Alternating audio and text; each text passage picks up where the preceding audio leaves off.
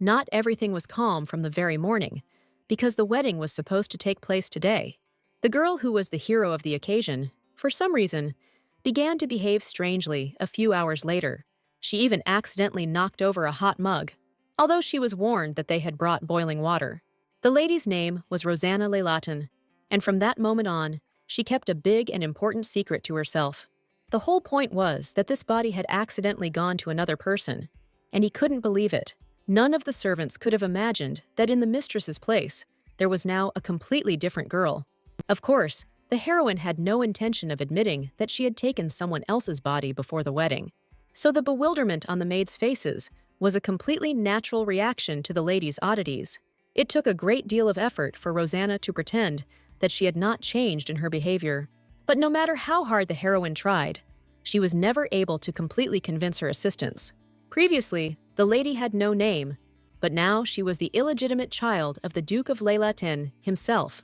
It was this man who decided to exchange his daughter in order to gain profitable connections with the Marquis of Gisalia. The maids were well aware of their master's cruel plans, but no one dared to interfere. But Rosanna was no longer the quiet and submissive girl who had given herself up to marriage. So the Duke, at first glance, noticed an incomprehensible confidence and strength in his daughter. Having received a new life, Miss was not going to waste it thoughtlessly on the desires of other people.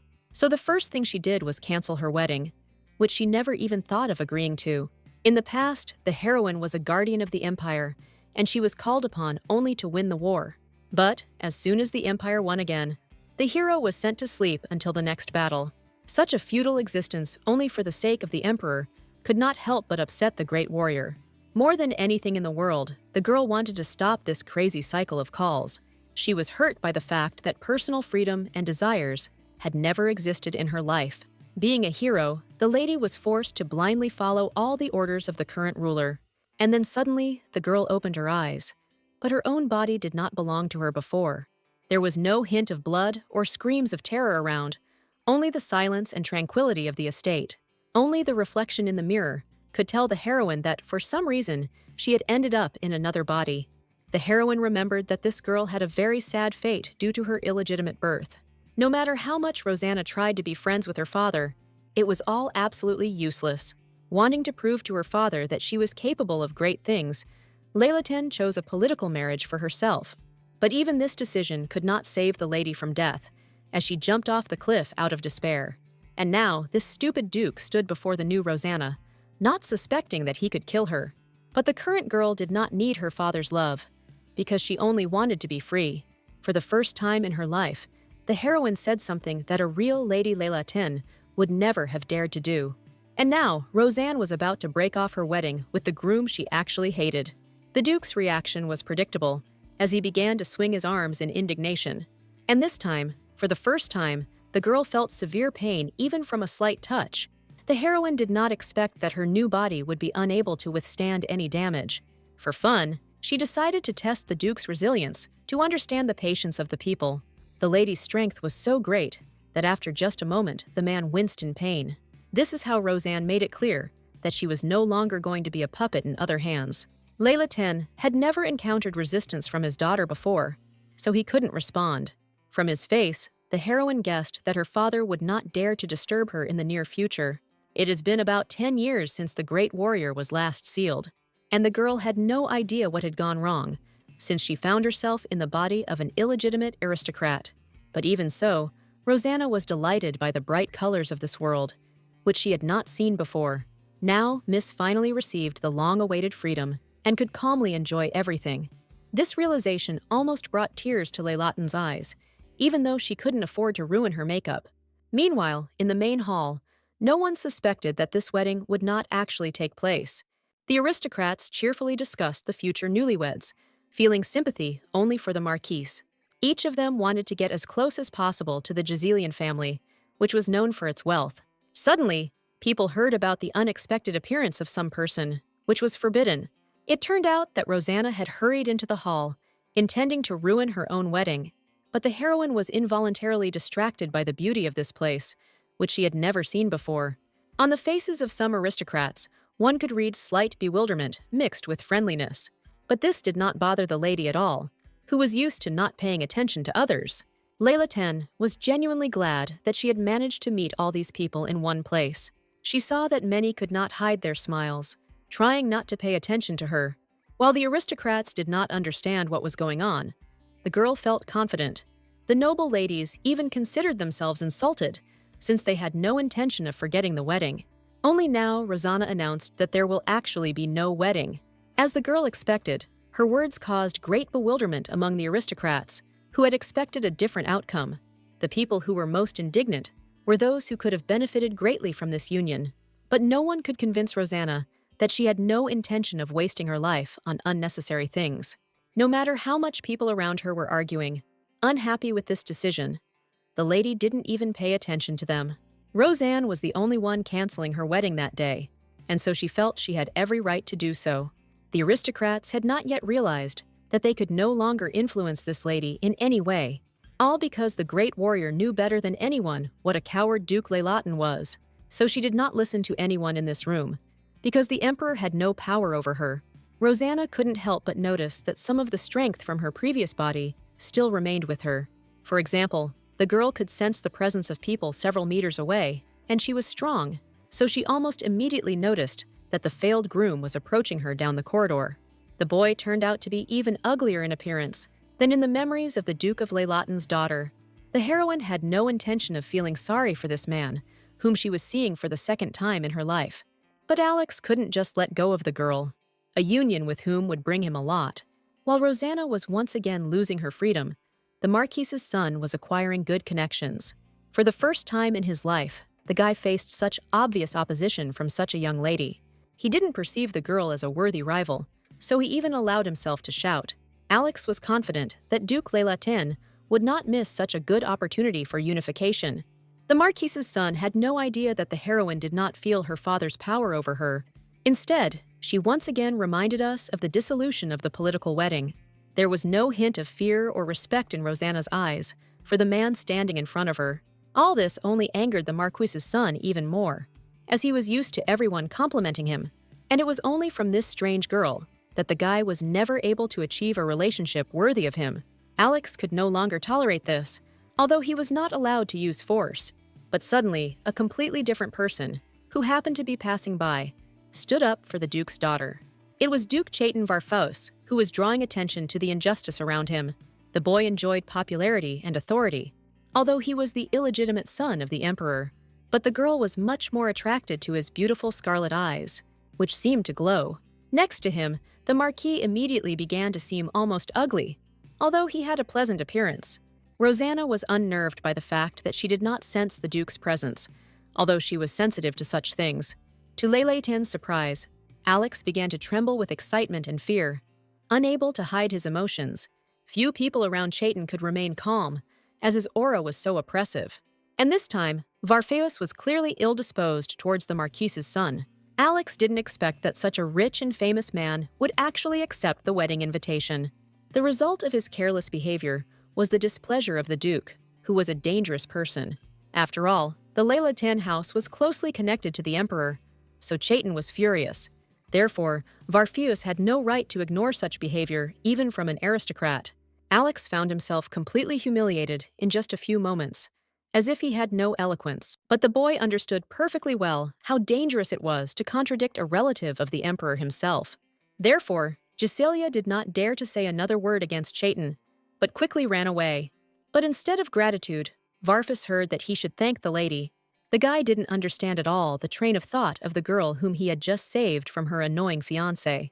But the heroine remembered that the Duke was not held in high esteem by the emperor, and this wedding would strengthen him. So it turned out that the dissolution of the relationship between Giselius and Leilatin was only to the advantage of the Varfus family. The heroine's thoughts were fundamentally different from what other ladies might have said in her place. Therefore, it was much more difficult for the Duke to find words that were delicate enough for Miss. The only thing that saved him from the conversation was that his father wanted to see his son, who had recently returned from the war. Chaitin had such good manners that he congratulated Rosanna on breaking off her engagement. The guy saw that the girl was not at all sad about this, because she did not want a wedding. With his behavior, Varfus left a good impression on the lady who hid her identity. She knew that the ruler should have already noticed her disappearance, but she chose a wait-and-see tactic. Meanwhile, the emperor was furious and destroying everything around him because he had lost the great warrior. The man was in deep despair because he could do little without an obedient hero by his side. The ruler would never have let the girl go if he had not accidentally lost her among the people.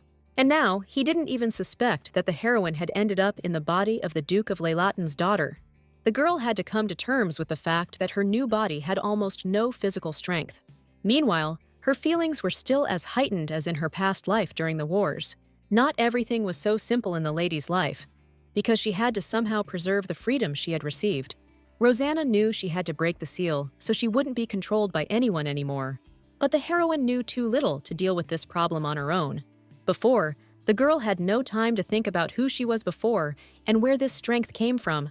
Each time, the great warrior was called out of eternal sleep only during some battles, and the lady's only task was victory, without which she could not return from the battlefield.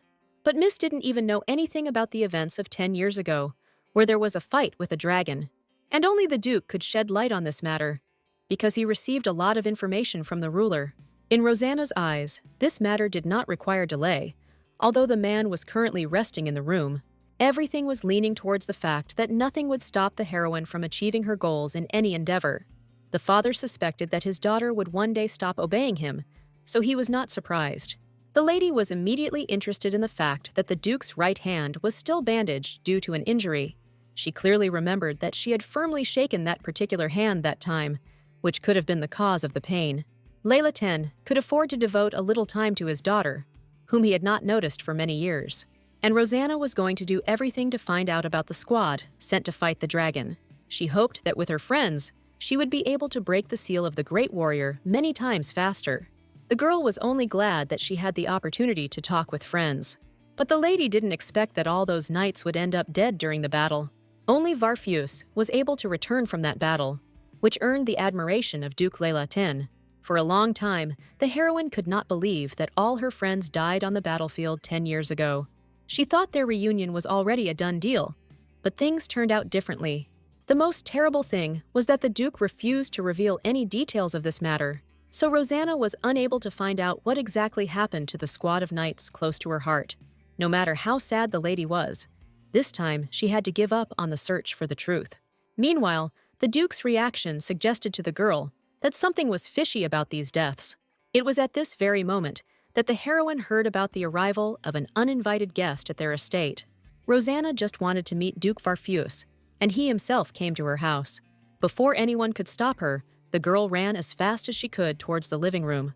She understood that if she didn't make it in time, she wouldn't be able to talk to this important person in person. But only Chaitin could tell what happened to the other knights in the battle. That is why the lady did not hesitate, because the opportunity to find out the truth was just a meter away from her. Suddenly, the Duke himself asked if Leylaten had anything to do with the sealing of the Black Dragon. More than anything in the world, the heroine was afraid that this guy of imperial blood could recognize her. Therefore, he could become a problem for the lady that needed to be urgently resolved. But it turned out that the Duke had no suspicions about another soul in Rosanna's body. Instead, he noticed that in her company, the voice in his head became quieter. Only after touching the girl's hand did the dragon's curse stop working on the guy. The heroine had never heard of sealing having such terrible properties before. Now, Chaitin needed Rosanna's support. As she had a healing effect on him, the two had a lot to talk about with each other because of the nuances of their lives. But the guards were already pounding on the door, so the couple had almost no time to talk. No matter how much the lady would like to stay, she will be driven away immediately after the locked door is opened. But Leylaten had already learned that the Duke genuinely needed any closeness with her. Although the guy didn't know the reasons, he really did feel better when he was around the girl. And from this man, the heroine needed the fulfillment of any of her wishes in the future. This scenario was too dangerous for Chaitin. Despite his constant headaches, there were literally a few seconds left before the girl was thrown out of the room. The thought of a kiss came into Rosanna's head, which could help her in this situation. With this, she intended to seal the agreement with Varfeus so that they would help each other in the future. And the guy succumbed to Leylaten's provocations because he needed this union much more. This is how the servants caught the two aristocrats in an intimate moment that no one suspected. Rumors of a kiss between Rosanna and Chaitin quickly spread among many aristocrats. No one could miss the opportunity to talk about such a thing, so the information reached the emperor. All the newspapers were screaming about the possibility of a secret love affair between Leylaten and Varfos. Naturally, the lady's father could not ignore such a noisy rumor that shook the entire empire. Rosanna behaved well in front of the duke, who decided to teach her how to behave. No matter how hard the man tried, not even a drop of the necessary conscience awakened in the miss. But Leylaten could not leave such an incident unattended, so he came up with a punishment for his daughter. He had no idea that house arrest did not bring any inconvenience to the reborn heroine. During the conversation, the girl noticed that her father still wore a bandage on his arm, but it seemed to her that she was able to cope with the power that she inherited from her previous incarnation. The father did not want to admit the shameful fact that he had injured his hand because of his own daughter, so he told everyone around him that he accidentally injured himself on his wedding day due to stress. The heroine did not contradict the man who desperately tried to preserve his pride and honor. As a result, the duke quickly returned to the question of what his daughter had been up to with Bartheus.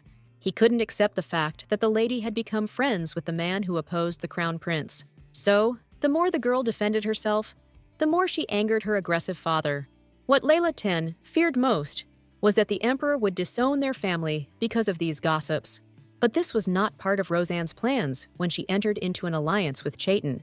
The girl knew that the ruler would definitely look for her, as he would not let his hero go. So she needed to break the seal before the emperor called her into service. Now the great warrior was hidden in the house that was closest to the ruler. But any strong gossip could destroy this connection, which is what Duke Leylaten was worried about. But all these nuances did not bother Rosanna, who simply wanted freedom for herself. So she wasn't going to stop, no matter how much she got on her father's nerves in the process. The man desperately searched for a way to avoid His Majesty's wrath, and the girl offered him to give her in marriage to Bartheus, which would have angered the emperor even more. It wasn't just the lady who still remembered the agreement that was sealed with a passionate kiss. Chaitin still couldn't get over what happened, because he was cautious around ladies. And now, instead of working with his thoughts, he constantly returned to Rosanna's strange actions. His assistant could not understand the reason for the gentleman's oddities, but tried to support him in his own way. But the boy was not at all burdened by the fact that the emperor ultimately did not come to meet his son.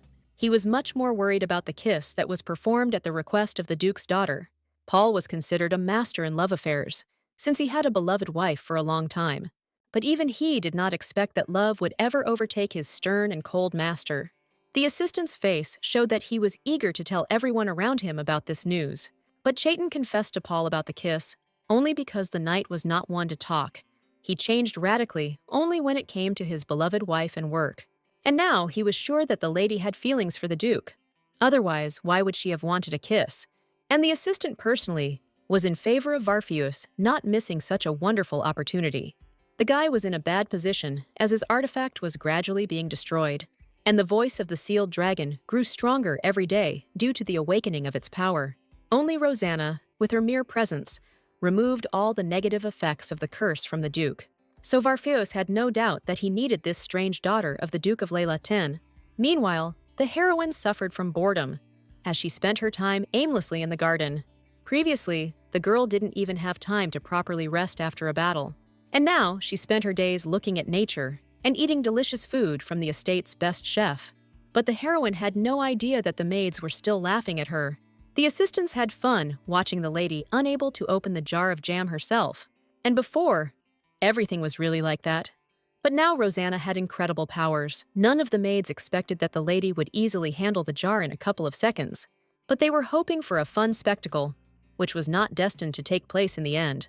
Unfortunately for her assistants, the heroine noticed their strange reaction after she opened the jam. The girl often forgot that because of her status, she was not supposed to do anything with her own hands. It will take a long time for the lady to get used to the fact that everyone around her is obliged to take care of her down to the smallest detail. This time, Rosanna came to her senses in time and allowed the maid to open the jar for her. The assistant was confused by the strange behavior of the lady, who did not seem like herself. But the maid was even more surprised because she could not open the jar of jam. For some time, the heroine silently watched the maid's attempts to correct this situation. But the lady did not have much patience, so she demanded that the jam be returned to her. The assistant decided that Rosanna had deliberately closed the lid tighter to make fun of her. She couldn't believe her eyes when the miss opened the lid again with the same ease. And the great warrior, as if nothing had happened, began to enjoy the delicious food. If the real Roseanne were in her place, she would definitely have made a scandal about this. But the heroine didn't even think of being indignant, because she had eaten deliciously, and now she was ready to go for a walk. No matter how much time passed, Miss still happily enjoyed the beautiful garden. But this time, something was different, because a small chick accidentally fell from a huge tree. Only thanks to her reflexes from her previous body, the girl caught the bird in time, but just a little more, and the chick could not have been saved after falling from such a height. It was not difficult for the girl to find the nest to which the fallen chick belonged. She felt she had enough strength to help the baby return to his home. Any lady friend would have asked assistance about this, but the heroine is used to solving everything herself. So she bravely climbed the tree, not thinking about the consequences it would cause. Literally, within a few minutes, Rosanna reached the required height where the nest was located.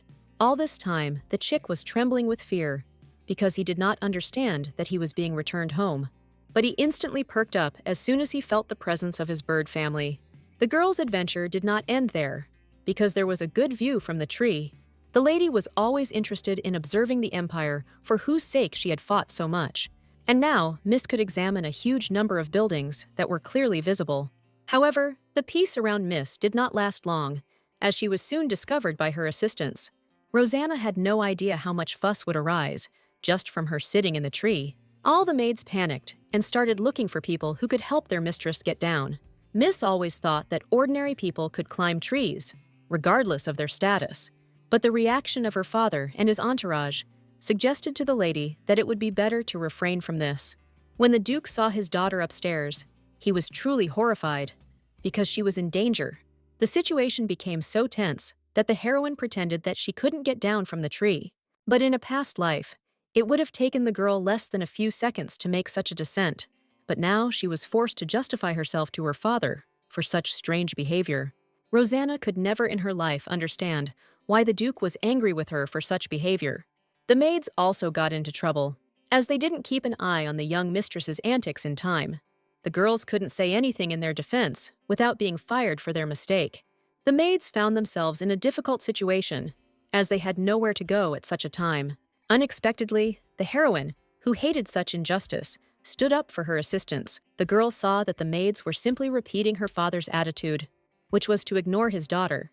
The Duke felt ashamed of the lady, whom he had really not paid attention to all this time. So the servants' attitude and their ridicule did not come out of nowhere, as one might think. They saw how the master treated his daughter and repeated his actions exactly. Layla Ten had nothing to say in response to the girl, because he was neglecting his duties. All this time, Rosanna was raised alone, never seeing love from her father. The fact that she was an illegitimate child was firmly ingrained even in the heroine's head. Therefore, the lady did everything to ensure that the poor maids would not be punished for her. The great warrior loved to give a second chance to everyone, even if it was not deserved. The Duke watched in surprise at his daughter, who for the first time in her life seemed like an adult to him. Despite being under house arrest, the lady still managed to sneak out of her room that night. The streets around her seemed dull and merciless to her, despite their festive appearance during the day. The girl tried to hide her identity because she had no right to be in this place, but it did not escape her notice how much rottenness was contained in the empire that seemed beautiful. Since ancient times, all emperors depended on the strength of the hero and called him to every war. But all the rulers ignored the fact that ordinary people were suffering from endless battles. And again, the girl heard cries for help that no one heard in this dark alley. A little girl was attacked by a crowd of bandits who wanted to take her last money for food. The boys didn't pay attention to the baby's tears, because they also needed something to eat. But her earnings turned out to be so small that they could hardly feed even one person. The girl tried with all her might to defend her money, which she needed to feed her father, but the bandits were blind to pity and compassion, preferring to continue taking the last. They were not afraid to demonstrate their strength, since no one could resist them anyway. But this time the heroine was nearby, so she stood up for the little girl. Even Roseanne could see that the bandits were collecting too much money from the poor people. The leader did not take the girl seriously, who seemed fragile and weak in appearance. However, for some reason, he couldn't even move the hand that she grabbed him by. While his comrades encouraged him, the man sank deeper and deeper into the abyss of fear and despair. This was not the first time that the great warrior had encountered the fact that her skills were initially underestimated. But in the end, every such impudent person quickly lost, submitting to a greater force. The gang leader could not accept his stupid defeat, because his assistants were stronger. In his company, there was a man who had never lost a street fight before. But Rosanna didn't even listen to the words of this guy, who seemed annoying to her. As a result, the unlucky bandit lost consciousness even before he hit the ground with his head. The lady made it clear that none of the attackers would be able to defeat her, no matter how hard they tried. That's how, in just a couple of minutes, the heroine brought order to one of the city's most brutal streets. From now on, bandits would never agree to rob people for fear of death. The boys remembered this short lesson well, as they had long life plans. While all the bandits were beaten, Rosanna only slightly strained her wrist. Because of this, none of the opponents even thought of attacking the fragile-looking girl anymore. The great warrior often saved civilians, even though she fought for the emperor. But at such moments, she was glad of her strength, because she could do more than just kill on the battlefield. The heroine saw how important her support was for people, and therefore she tried harder. But, as in her previous life, she was not going to give her name, so as not to start rumors. Instead, the lady asked the girl to grow up to be a kind and sympathetic person, despite her poverty. Rosanna hoped that even one saved citizen could change a lot in the empire. She was delighted by the sincere smiles on the faces of people who usually only cried and were sad. However, Miss could not stay forever with the baby, who would have to save herself. But the seeds of hope were planted deep in the girl's soul, and she was not going to give up anymore. Seeing the confidence that flashed across the little girl's face, Rosanna herself broke into a smile. The next morning, the heroine had a meeting with the Duke, who had heard about her story with the tree. The guy couldn't believe that the noble lady herself had climbed a tall tree for some reason. For the first time in his life, he had met an aristocrat who was so reckless with herself. But the heroine herself was much more interested in how the curse had affected the Duke in recent days. Chayton was ashamed to admit that that kiss had saved him for the entire week. The girl had no idea what a strong influence she had on the guy. Instead, the lady saw that Varfoyos had blushed again and attributed it to his poor health. She could only help Chayton with her touch, so the effect quickly wore off. But, at least in the company of a girl, the guy's ability to think clearly was fully restored. But even this did not help the Duke to think in advance that the lady would not always be nearby. But if something happens to Miss, then Varfoyos will be forced to suffer from pain again. The guy had only recently encountered the curse's intensification, so he hadn't come up with any plan. He was lucky to meet Rosanna, but their acquaintance still only helped temporarily. At that moment, completely different thoughts were spinning in the girl's head, which she decided to voice. The heroine was curious about how the Duke was feeling now, so she asked this question. Chayton's mind immediately flashed to Pole and his certainty that Rosanna was in love with the gentleman. But the guy wasn't mentally prepared for something like this, since he hadn't sorted out his feelings. Like a true gentleman, he tried to do everything to make the girl feel good. But the Duke had no idea that from the very beginning, Layla Ten had been worried about his well-being. The lady didn't even think about love, because she was only concerned about the state of her new acquaintance. Varfoyos himself did not expect that he would be upset by such an independent state of affairs. Rosanna, however, was all for playing the role of a couple so that she could continue to treat the Duke. Varfoyos could no longer bear such confusion in his head, because he turned out to be wrong about the lady. The guy barely managed to hide his embarrassed face, which was probably very red from emotion. So today, he was unable to talk even a little more with the Duke's daughter. Rosanna didn't even have time to say anything to the guy before he ran away as if he had someone. The girl fully admitted this possibility, since Chayton had long since reached the age of marriage. A little later, the lady was sad, only because she had not managed to ask Varfoyos about the most important thing, but she really wanted to know what happened to her friends during the battle with the dragon. But what bothered Miss most was that she still could not feel the Duke's presence. The heroine didn't have a chance to stroll around the garden for long, as a maid came running to her with an urgent message. It turned out that the Duke's daughter had a guest waiting in the reception room, and she immediately thought of Chayton. This was an excellent opportunity for the lady to finally ask the guy the questions that were bothering her. But it turned out that it was not Varfoyos who was sitting in the living room, as he had already left long ago. The last thing the great warrior wanted in the world was to meet the crown prince himself. The guy was narcissistic enough to demand undeserved attention from the lady. Joseph Belloise, both in manners and in appearance, strongly resembled his father on the throne. All her life, the heroine was a prisoner of the seal, which was controlled by the imperial family. Each subsequent ruler kept the great warrior on a short leash, and Joseph was no exception, as he planned to rely on the hero for everything during his reign. The girl was so deep in thought that she did not notice the prince's presence in the reception room. But this man was one of those who could have known that her soul had moved into this body. In that case, Rosanna had no choice but to kill this dangerous guy. Seconds seemed like minutes to the girl, who did not know what she should do, and the prince suddenly declared that he had come to take back what had belonged to him from the very beginning. But the lady had no idea that Joseph was talking about marriage, since he did not reveal it to her. Having heard about this, Rosanna completely lost the point of talking with the future heir. It seemed to her that the reason for their meeting would be precisely because the guy revealed her identity, but Joseph was not strong and smart enough to sense the soul of a hero in the lady. Therefore, like an ordinary man, he dreamed of marrying a worthy girl. The prince's strange train of thought calmed the heroine a little, and she was able to think calmly. Only now did Rosanna realize that she wouldn't have been able to get rid of the guy without others noticing.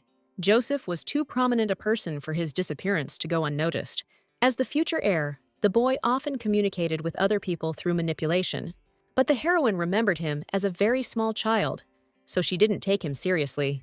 So it seemed strange to her that Joseph, who had previously barely written, now spoke to her rudely. Belloise's intentions were written on his face, for he was jealous of the lady's relationship with Duke Varfos. Even if Rosanne hadn't known the guy before, she would still have been able to guess his feelings. Of course, the heroine had no intention of exchanging Chaitin for this arrogant and impudent heir. As a result, the girl angered the prince so much that he threw the precious mug at her. However, the great warrior had no trouble catching the object right out of the air. It was the first time in his life that Joseph had experienced such a good reaction from another girl. Rosanna herself didn't even notice this gesture, since she was acting entirely on reflexes. Such skills deservedly caused concern in the prince, because he did not know how to react. The lady could not miss such a good opportunity to make fun of the stupid heir.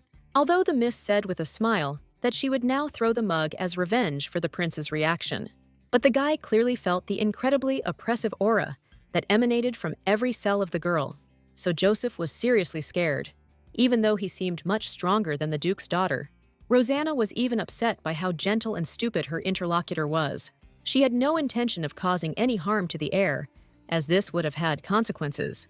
But everything changed as soon as the guy mentioned that he would call on the hero for help. Belloise was completely convinced that the great warrior was just a puppet in the hands of his father. As a result, anger so took hold of the lady's mind that she broke the cup, although she threw it aside. The prince didn't even have time to notice how the mug flew past, as the speed was enormous. This once again made it clear to him that Rosanna possessed some kind of phenomenal abilities. At that moment, the heroine did not think at all that she was contradicting the heir to the throne himself. She was sure that the emperor would not be able to summon her soul in the near future. But the guy couldn't admit that he was scared to death by the sweet and weak girl. After all this would lead to people around doubting the reliability of the heir. No matter how much the prince's hands shook from resentment and disappointment, he understood that the lady was right.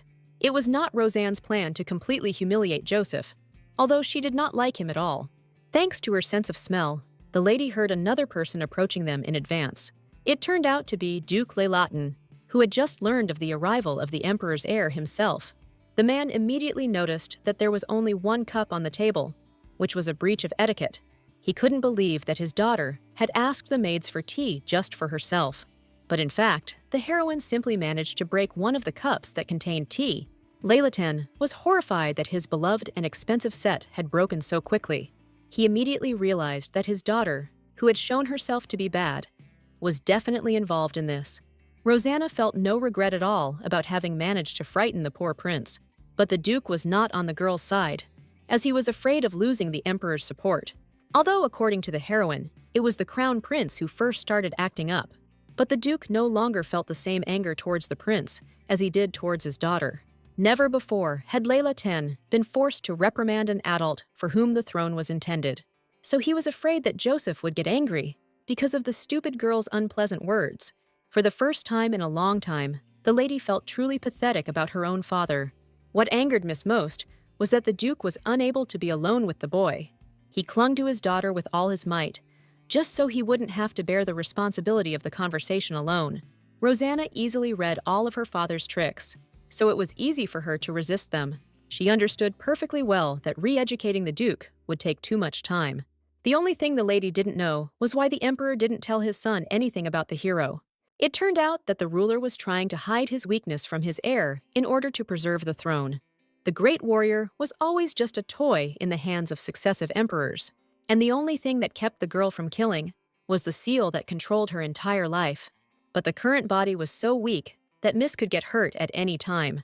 The only thing that saved Rosanna was that she now had real allies who were not going to betray her. It was about Duke Varfos, because he needed the lady even more than she needed him. That is why the heroine was sure that the guy could never betray her. So the girl was going to make good use of such a person on her side. But due to her father's punishment, the lady could not visit Chayton on her own in the near future, so she couldn't think of anything better to do than send her maid to the Varfos estate. The Miss's only mistake was that the assistant was not mentally prepared for such a trip. This girl clearly didn't think she would have to complete such a difficult task. In Rosanna's eyes, the maid could have done more in gratitude for saving her from being fired.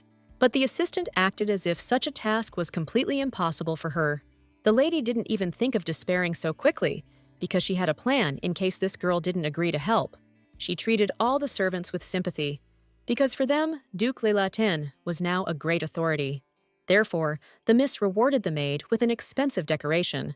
Although she did not agree to go to the Varfos estate, Rosanna still didn't see any need for these items, which she didn't really wear. While the maid stubbornly could not understand what she should do with all these expensive items, the heroine was sure that her assistant would not be able to refuse such a precious gift.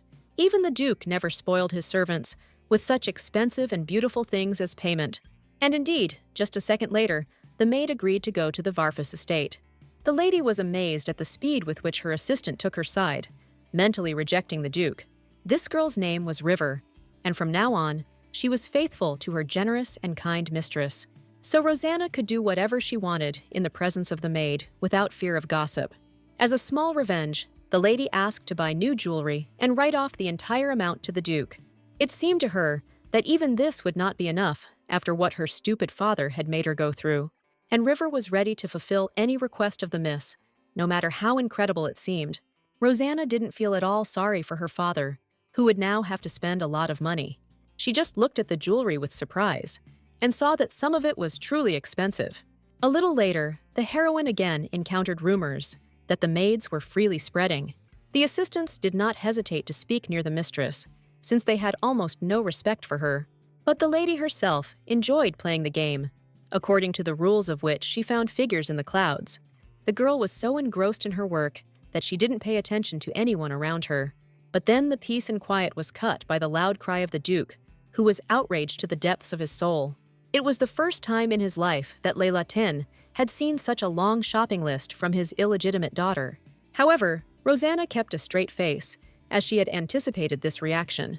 The man did not want to deal with such expenses, although they had already fallen on his head. He was used to the fact that the girl did not ask him for anything, so he felt hurt. The heroine had already decided to use family connections to solve this problem, so she reminded her dysfunctional father that he was, after all, still her parent. Thus, the girl easily shifted all responsibility for what happened onto the Duke.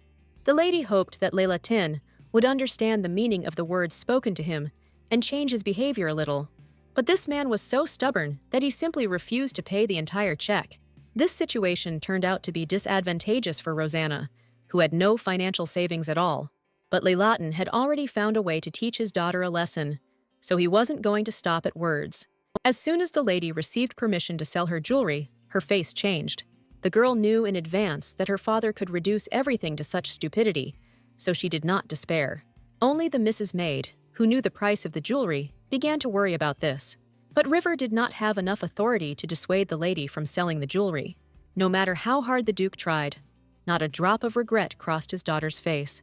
The Duke even asked Miss to watch her speech better, since she communicated freely. But in her past life, Rosanna wasn't used to thinking before speaking, so this time too, it was hard for the girl to get used to the fact that she had a different status. For some reason, the lady thought that no one could punish her for her lack of manners. The prince showed himself to be extremely stupid at their meeting, so he is unlikely to return for revenge. Only now did Rosanna see that her father had at least given her words some thought. The heroine still had a long way to go before the Duke would start thinking like a good man. But the man didn't expect that his daughter would decide to sell gifts from the ruler of the empire himself. This circumstance caused another outburst of anger in the Duke. Although he had almost calmed down, the man knew very well how harsh the ruler could be in his decisions. But the heroine believed that with her strength and skills, no one would be able to resist her. Rosanna forgot only that she alone knew about her incredible reincarnation into this body. So the reaction of the Duke, who extended his daughter's house arrest, was quite logical. Even in this state, the lady did not despair, because there was so much beautiful and interesting around. She could spend hours in the garden, which was constantly tended by the estate's gardeners. Only River found the behavior of the lady, who seemed to have forgotten about boredom, strange. The assistant wanted great entertainment for Rosanna, forgetting that Miss was arranging everything. The heroine could spend the whole day observing nature, which gave her pleasure. Everything around was so different from what the girl remembered during her long battles. Her soul was always sharpened only for battles, and the lady was not allowed to do anything else. Every time the ruler changed for everyone, nothing changed in the life of the great warrior. That is why the heroine tried so hard to make up for all the lost years of her life with her walks. So all the maid's offers were quickly rejected, because the lady wanted to go for a walk. However, the girl became interested in the opportunity to get into the estate's huge library. This alone made River so happy, as if she had received a large inheritance for free. But the Duke's daughter was not destined to continue enjoying the pleasant walk. One of the servants hastily reported that an important guest from the nobility had unexpectedly arrived to see the girl. It turned out that Lady Brina Potlengi had expressed a desire to speak with Rosanna personally. But even the guest's high status didn't make the heroine run to her right now with all her might. The Duke's daughter was in no hurry to hurry, as she still wanted to finish her walk. Although the assistant believed that such guests should be greeted immediately, he did not dare say anything to the lady. So the lady could only guess why the daughter of the Potlengi house decided to visit her. Layla Ten was certain that no one in her family had ever interacted with Lady Brina before, and Miss did not share River's assumption, who was hoping for friendship between the ladies. The maid announced that Brina often became the bearer of the title of the Heavenly Galaxy, and with this, she made the lady remember how exactly this strange title came into being. Several decades ago, the Emperor summoned the heroine to come up with a gift for the ladies. The girl didn't care about these nuances, but she couldn't refuse the ruler his wishes. In the end, the lady offered this title, if only His Majesty would leave her alone as soon as possible. But Miss couldn't have imagined that after so many years, her joke would become so established in society. The ruler liked this idea so much that he, without a second thought, passed it off as his own. Therefore, all attempts to win this strange title seemed stupid to Rosanna. It turns out that to receive such a title, you don't need to be the smartest lady at all. Over time, this title began to be awarded only to the most beautiful girls. The heroine could not have imagined that everything would turn out this way, but she did not want to participate. The last thing the Duke's daughter was interested in was fighting for the title from the Emperor. Rosanna gave Potlenga enough time to get bored in the estate's living room. It was immediately obvious from the guest that she had not come at all for the sake of friendship with the daughter of the Duke of Leylatin. Even her facial expression showed how hostile Brina was. Upon seeing her, the heroine realized that she had already heard something about this girl's family. Meanwhile, Potlengi expressed her dissatisfaction with the long wait for the meeting. The lady was not accustomed to being treated as anything other than one of the most noble aristocrats. But Rosanna didn't care about all the titles and statuses that the other ladies revered. The Duke's daughter wanted to finish this conversation as quickly as possible, because she had not looked around the entire garden. The knight of the Potlengi family could not tolerate such a cold-blooded attitude towards his mistress. But Brina didn't let Marilu deal with the impudent Rosanna, because now was not the time. In the past, Leylatin was much more cautious, but now it's as if she's gone a little crazy. Therefore, Potlengi communicated delicately with the girl, who did not inspire confidence in her. It got to the point that the heroine rudely interrupted her guest, because she remembered her family. Rosanna cheerfully stated that it was this family that bought their title to become aristocrats. This blow was below the belt for Brina, who carefully hid her ancestry from everyone. She couldn't even imagine where her peer had learned such an unpleasant fact. This time, Merrill reacted faster than his mistress, throwing a gauntlet in the direction of the Duke's daughter. Roseanne didn't know that this gesture meant accepting a duel if you raised the glove. So the girl found herself in an unusual situation for herself because she accidentally accepted the challenge. The heroine caught the glove purely on reflexes, but found herself drawn into such a complex matter. Although Brina reprimanded the active knight, it was too late to cancel the duel. Potlengi openly laughed at Rosanna, who had so carelessly accepted the fight with the knight. The girl was sure that Leila Tin would not be able to find a worthy protector. Only the maid understood the full danger of this duel with the knight from the Potlengi family. Merrill was known as a strong competitor, as he almost joined the Imperial squad. The difficulty was also that Rosanna could not compete in this fight herself. Although the heroine would certainly have won, she needed to find a protector for herself. However, the knights of the Leilatin house did not inspire the lady with any confidence in their skills. These guys seemed like ordinary people who could barely hold a sword in their hands. They didn't even greet Rosanna. Although River introduced the lady in a timely manner, the heroine immediately realized that these guys only recognized strength, and she seemed weak to them. Therefore, none of the knights looked in the girl's direction, no matter what her status was. But Roseanne was no longer the quiet lady she once was, so she was going to clean up the mess. Now she remembered very well how she had previously communicated with such people in the role of a great warrior. The maid quickly became horrified by the mistress's rude words, because a lady could not speak like that. But the knights did not blink an eye, as they often heard the Duke scold them for their laziness. They completely forgot that the girl had the opportunity to fire everyone from the Leilatin estate. The knights became wary only when the lady seriously announced their removal from office. Roseanne manipulated the boys to the fullest extent, playing on their weaknesses that they were unaware of. And this time, the knights could not look down on the lady who had captivated them with her words. And the miss was already demanding with all her might that the butler and the captain of the knights come to her so that she could fire everyone. Rosanna no longer feared anyone except the emperor, who could seal her away again for battle. So the knights were foolish when they thought that the lady could not resist them. All their hope was on the commander named Andrew Segway, who knew how to charm people. The boy looked so handsome and harmless that the Duke often forgave him for his mistakes. But the heroine was not one of those who would agree to take all the blame for what happened upon herself. But Andrew was confident that he could win over the young girl with his appearance alone. Rosanna just smiled in response, informing everyone that they needed to fight Merrill.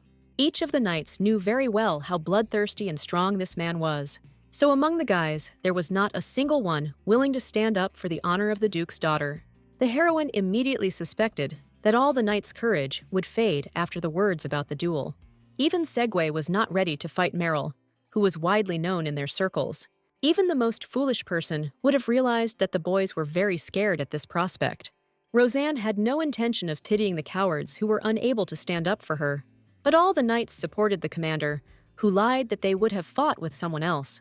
Therefore, the lady did not mince her words when she reported the weakness of the knights before her. The girl had fought a lot shoulder to shoulder with real warriors, so she knew how to identify them. And the assistants of the Leilatin estate looked nothing like lost kittens.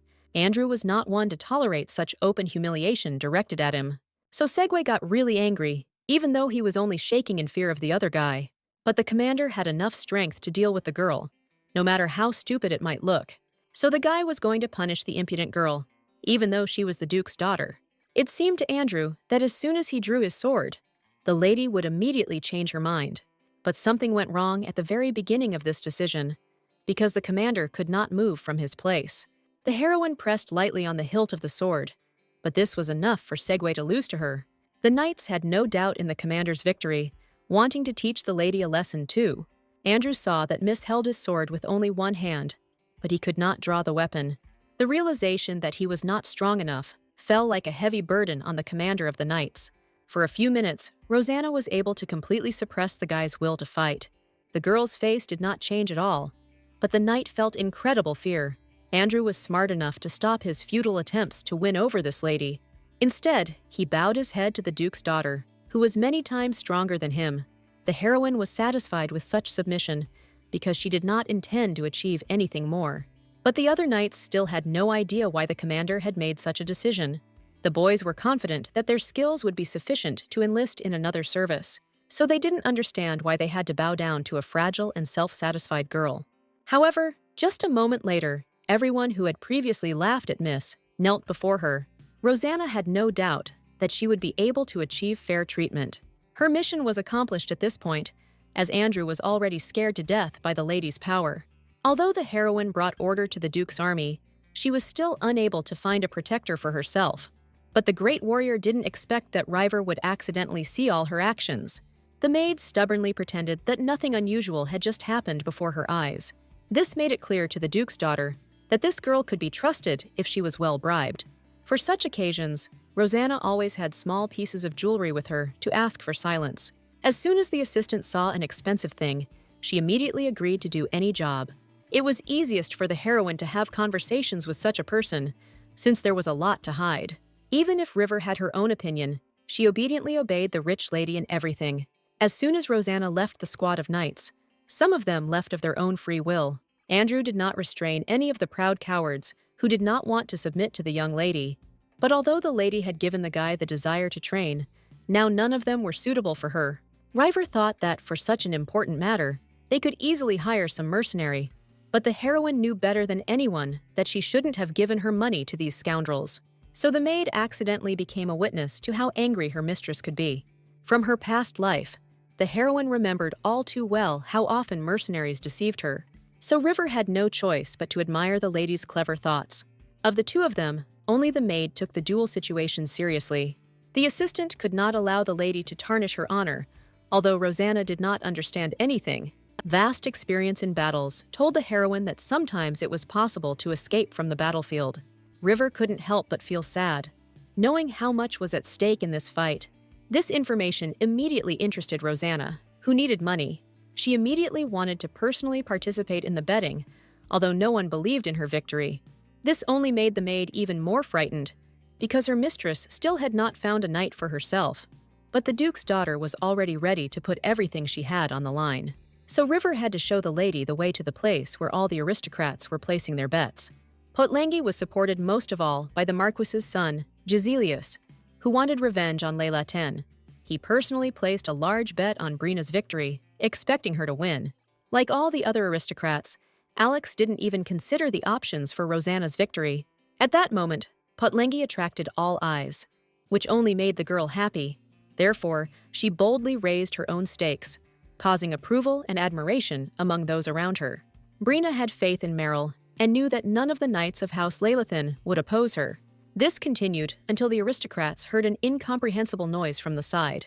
It turned out that Rosanna had to fight her way into the room to place her bet. But the girl acted as if she hadn't just almost fought with the guards. The heroine was confident in herself and her victory, contrary to the opinion of everyone else. When he saw his ex-fiancée, Alex was the first to shout that he didn't want to see the girl here. But this attitude did not at all embarrass the warrior, who often frightened other people. The Marquis's son was the first to throw the impudent Rosanna out the door, not wanting to involve her in conversations. But the lady managed to declare that she was going to bet a large sum on her victory in the duel. She sincerely did not understand why everyone around her reacted so strangely to her simple desire. Rosanna believed in her victory, so she wanted to use betting as a source of income. Alex yelled at the lady the most, because he was still angry about the breakup of their wedding. On his side was Potlengi, who felt the same hatred for the arrogant Leylathan. But even Brina was surprised that Rosanna planned to defeat Meryl. The aristocrat made an incautious remark towards the heroine, which did not go unnoticed. The great warrior's gaze darkened sharply, bringing terror to all her opponents in the hall. Potlenga had the good sense to keep quiet at that moment, to avoid getting into more trouble. The entire hall instantly fell silent, sensing the oppressive atmosphere emanating from the Duke of Leylathan's daughter. Brina suffered because she still perceived Rosanna as a good-natured person. But now, Lady Potlengi saw how much the Duke's daughter had changed in such a short time. Evil tongues could not remain silent this time either, although Rosanna terrified with just her gaze. But all her life, Layla Tin had been as quiet as a mouse, and then suddenly her behavior changed dramatically. Her mere presence was noticeable from afar, although the girl herself did nothing in particular. Now, people couldn't take their eyes off the lady who was acting so confidently, so no one dared to argue with the Duke's daughter, no matter how much they wanted to drive her away. Instead, the heroine finally made it to the table where bets on the battle were being taken. She quickly signed the document, placing a high stake on her victory. After this, the lady disappeared from the hall, as if she had never been there. But people remembered everything. The aristocrats began to discuss Rosanna, and only Varfos continued to keep aloof. A few days later, the heroine behaved as calmly as she had every day up to that point. But River was unable to contain her excitement, because the duel was supposed to take place tomorrow. But the lady didn't even want to hear about hiring mercenaries for this difficult battle. The heroine was full of righteous anger every time the maid suggested this option. Of course, the assistant wanted the lady to win, but without the knight, nothing good would happen. That's why she felt so deeply every time Rosanne turned down guys. Since the announcement of the duel, many candidates have come to the Duke's daughter, but she did not approve of them. The great warrior could not allow someone weak to defend her honor in front of people. That's why she didn't listen at all to the cries of her father, who was trying to intervene in this duel. River heard that the Duke ended up taking it out on the knights who tried to leave him. Only now did Rosanna notice that the maid was too indifferent to her duel. But the assistant didn't have to support the young lady so much. In fact, the girl was counting on the fact that if she won, she would also receive something expensive. The heroine was good at recognizing lies, so she realized that her assistant was telling her the truth. The lady liked the fact that River didn't try to hide her true intentions from her, so Miss was once again convinced that she had found the right person for herself in the estate. The maid, in anticipation of a reward, did more and more useful things for her young mistress. It was only thanks to her that the heroine learned that everyone in the estate knew about the absence of her knight. But Rosanna was interested in the fact that, for some reason, other aristocrats also knew about her affairs. This was the only question River had no answer to, since she couldn't suspect anyone she knew. In fact, the great warrior had no intention of remaining idle, as she wanted to win the duel. That is why she invited Duke Barthius, whose arrival was announced by the servants. The girl had no doubt that this guy would be able to win money for her tomorrow. All that remained was to persuade Chaitin to take part in the battle to defend Lailatan's honor. But from the very beginning, the acquaintance looked somehow wary and tense from head to toe.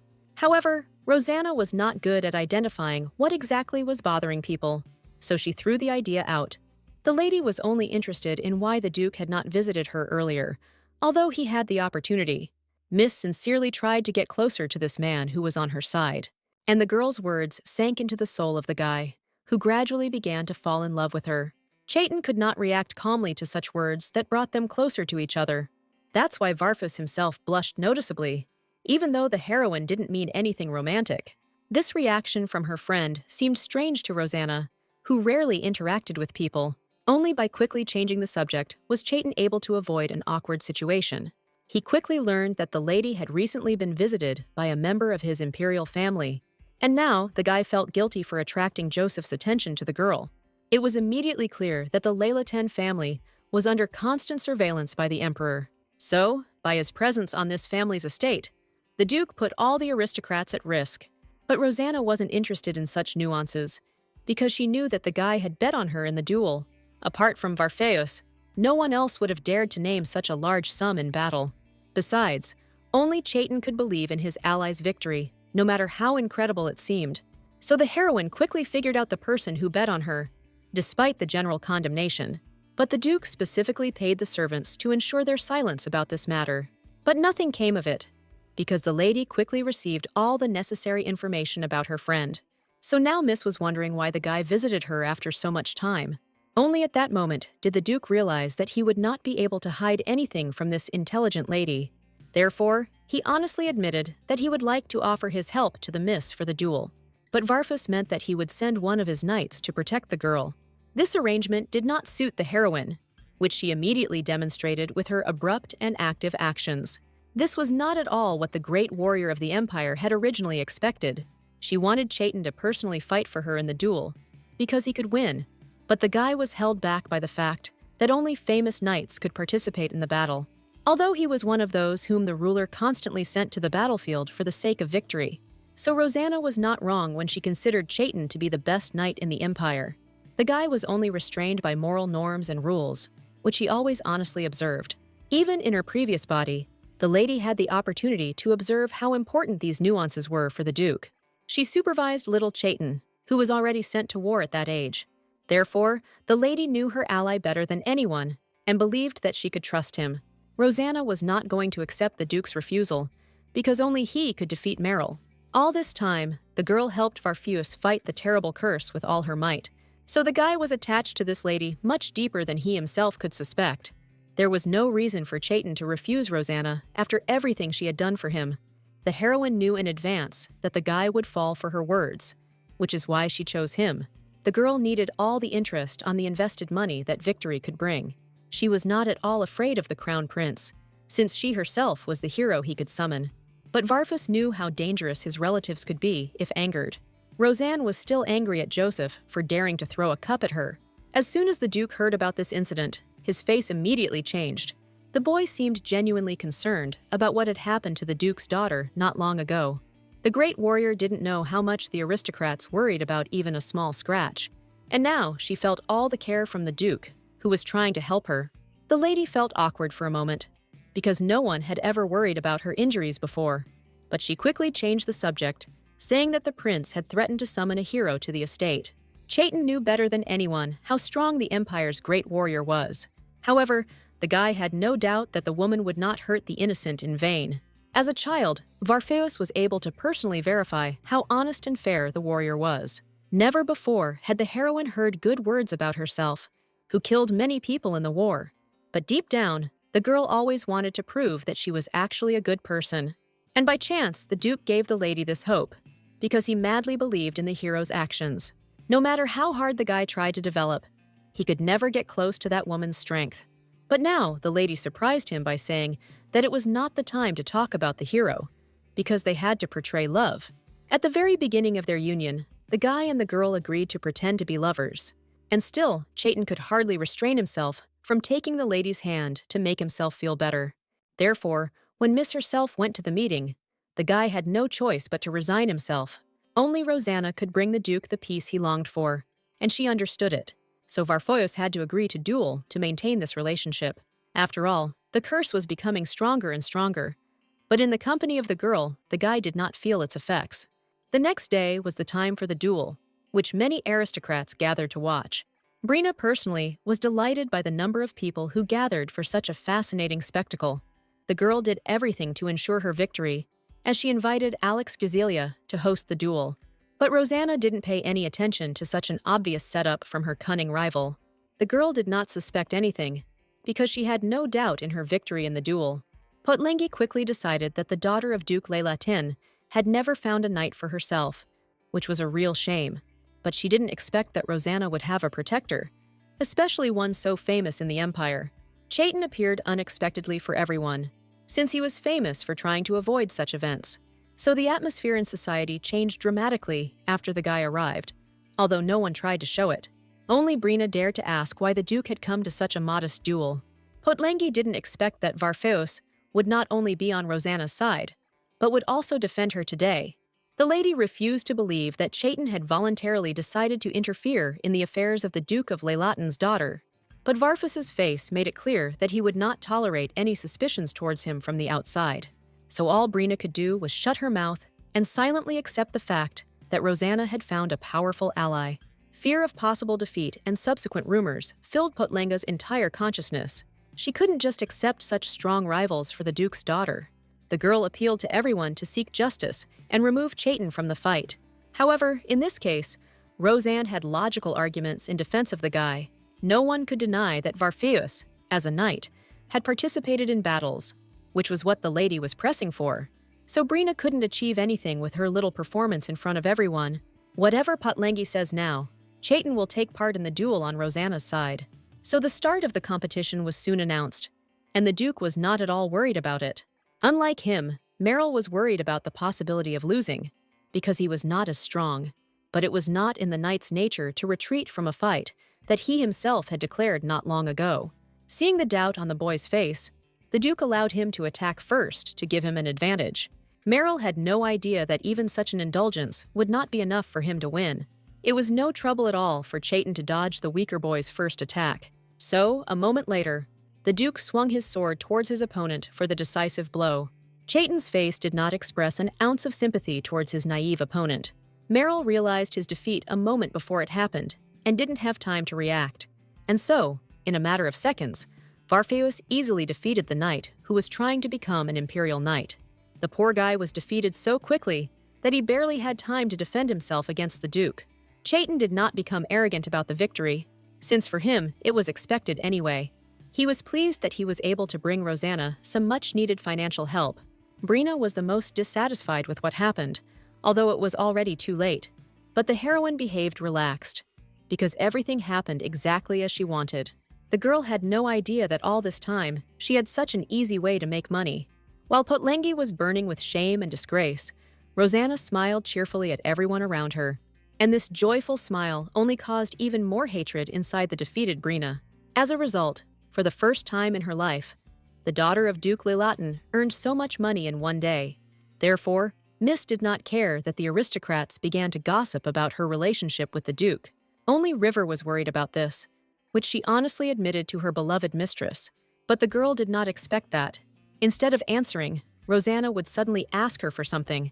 The maid had recently received a bonus, so she thought the lady was asking for it back. But the heroine only needed the key to the library, which her assistant got for her.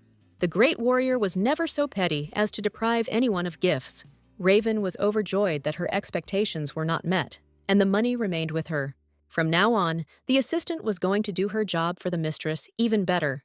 But in reality, Rosanna's plan was much more insidious than the maid could have imagined. This is all because the girl did not intend to wait until the next morning, but took advantage of the onset of night. The lady didn't need anyone to know exactly what books she was going to read. And if you take books during the day, you need to write down each one separately in the library journal.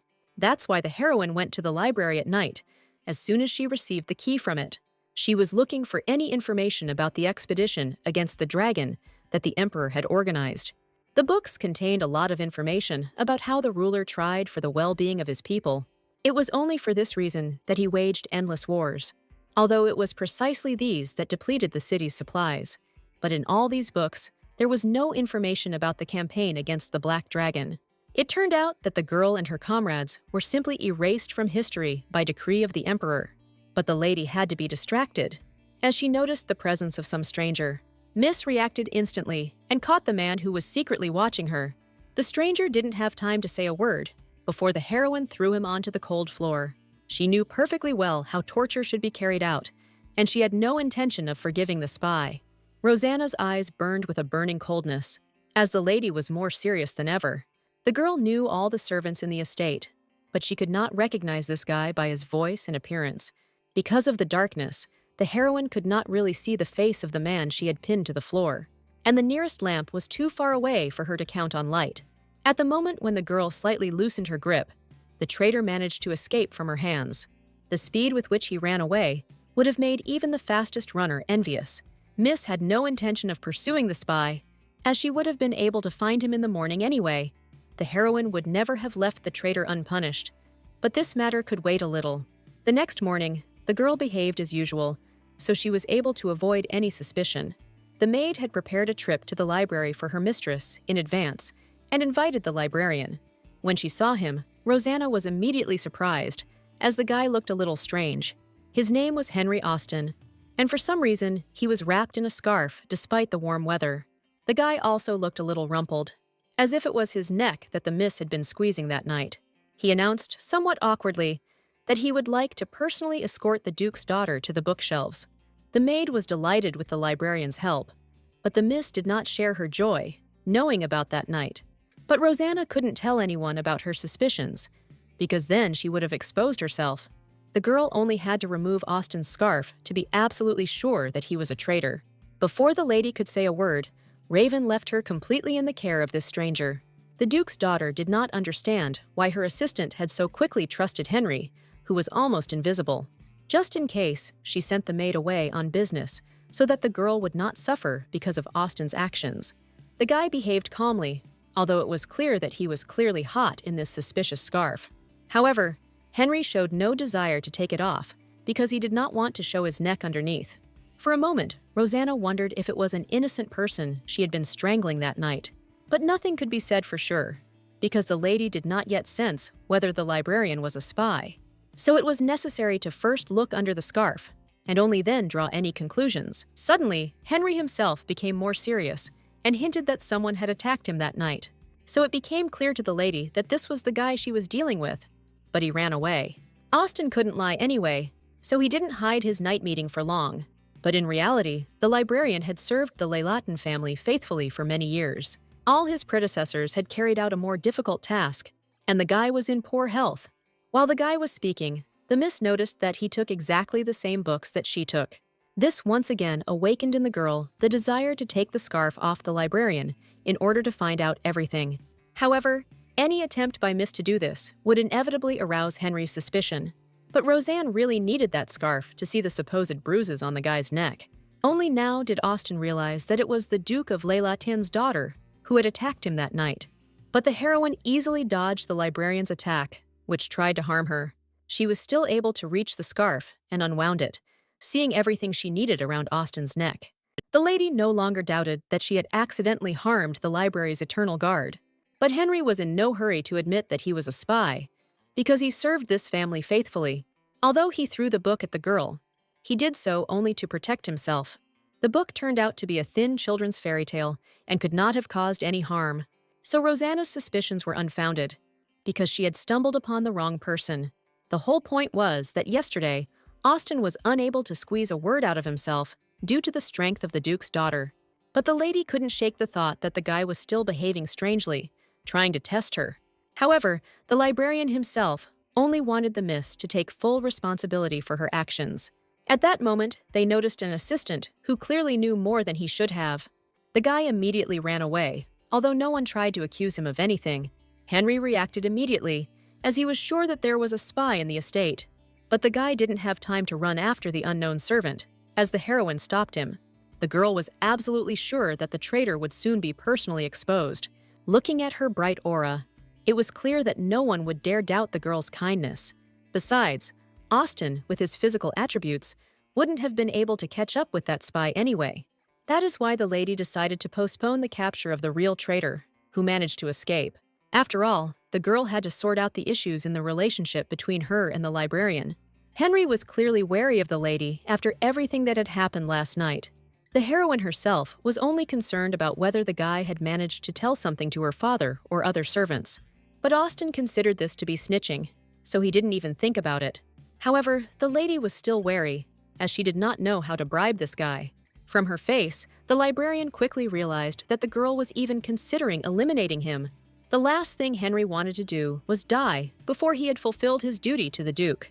But the boy's health was too poor for Leylatin to take him into service, so Austin could only hope that Rosanna would accept him into the ranks of her servants.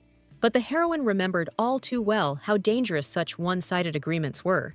She didn't intend to suffer like in her past life, so she refused the guy without hesitation. The lady did not expect that Henry would not back down so easily, because he also had his own desire. He was so persistent, because the fulfillment of his dream depended only on the decision of the young lady. Austin had long been tormented by the fact that he could not properly defend the honor of his family by serving the Duke. Roseanne did not interrupt the librarian, as she was interested to know what he would say. It turned out that it was Henry who ended the line of servants to the Duke due to his health. But Austin still wanted to serve the Leylatin family as closely as possible. But the thing was that the librarian didn't need a lady as an assistant. All her affairs were managed well by just one maid, so the miss did not have to think about anything. The librarian then furiously declared that he was the only one who knew the young lady's secret. He diligently pressed on the fact that the lady would not be able to kill calmly, although he did not know about her past. Now, when Henry's fate was about to change for the first time in a long time, he didn't want to back down. Roseanne couldn't resist asking the guy a few test questions about who he would serve. And Austin honestly admitted that among the Duke's other children, who were not there, he would not have chosen the lady. The girl liked the honesty of the guy, who was not afraid to object to her right to her face. But Henry did not stop there, because he was confident that the lady had enough strength to resist the emperor. This is exactly what the Leylatin family had been doing all these years. But only Rosanna knew about it. So the heroine no longer doubted that it was worth hiring this man. She promised to find another librarian as soon as possible, so that Henry could get down to business. The great warrior always knew how to choose people, so she began to trust this guy. Henry was truly delighted that his candidacy had finally been approved. He did not tell the lady about his thoughts, because if he knew the Mrs. Secret, he would have chosen her. This is because Austen never saw anyone else on the throne after the emperor was overthrown. Rosanna had all the qualities to stand up to the stupid and impudent ruler, so Henry had no doubt that a good and bright future awaited him with the girl. As a test task, the lady asked the new assistant to catch that servant. Roseanne immediately realized that this guy was the spy, but she only reported it now. But Austen understood perfectly well how important it was to catch the traitor in the estate. He was shocked that the lady had wasted time talking instead of starting a search. So, in just a moment, there was no trace of Henry, who had quickly fled in the library. The Duke's daughter delegated all the work to the new servant and knight, while she herself continued to rest.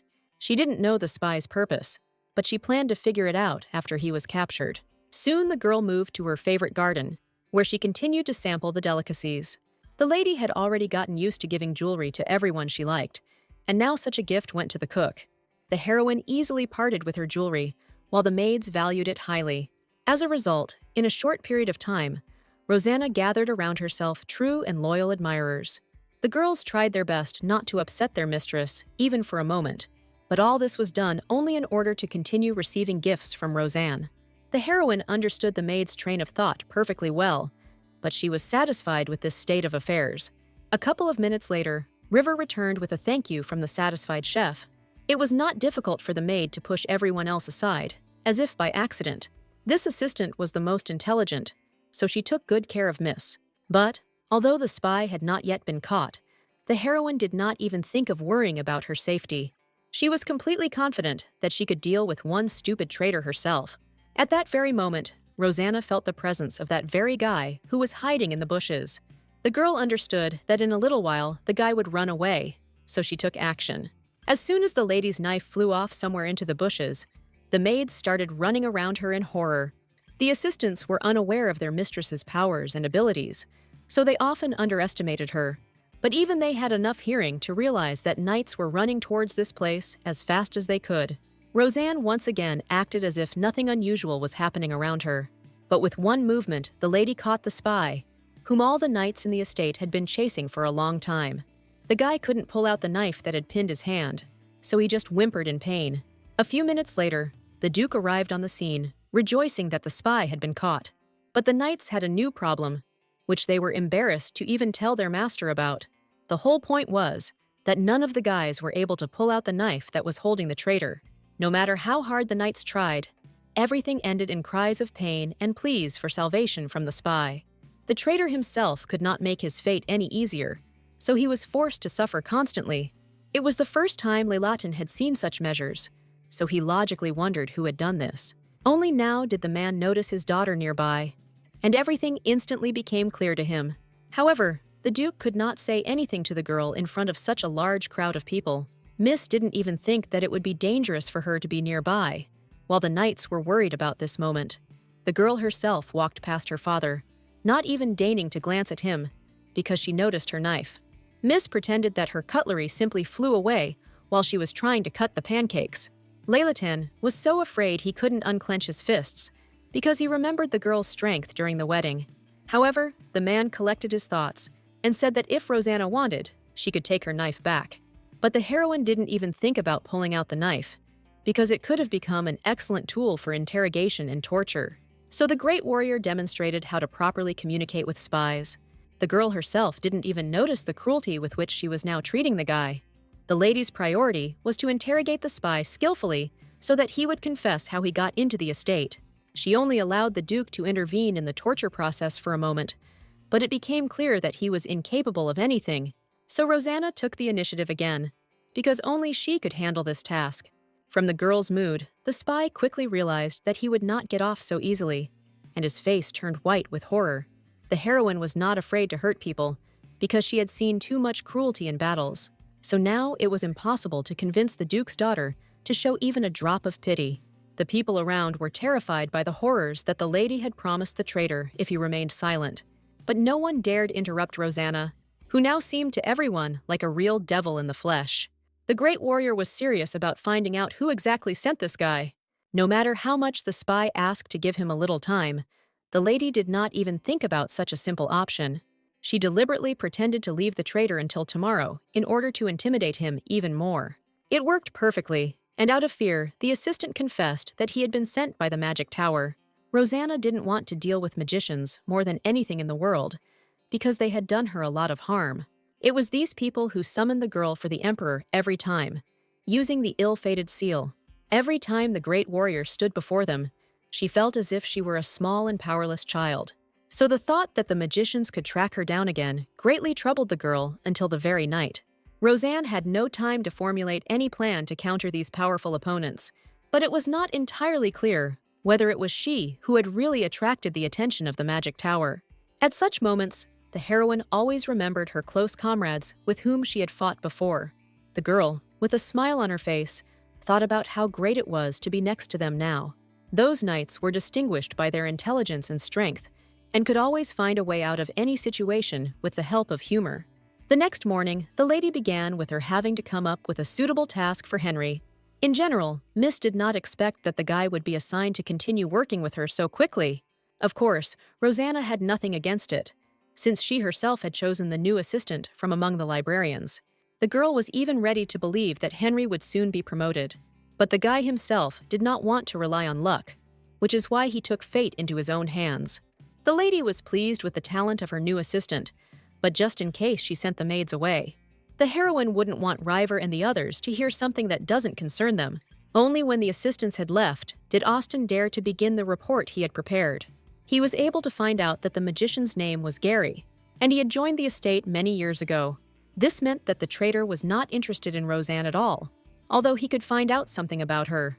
It was just unclear how a person with magical abilities ended up with Layla 10. Miss had no idea how the magic tower could get around these complex rules. At this point, Henry excitedly asked if he had been approved for the role of assistant. The guy guessed that the lady gave him such a task only to test his abilities. And indeed, the heroine conceived such a test, since she did not want to deal with Austin. But everything changed when she realized that the Duke could not understand why Gary was sent to him. So the librarian had already sent an indignant letter to the tower, demanding an explanation. But the heroine did not want to interfere in something that did not concern her, because the magician was sent many years ago.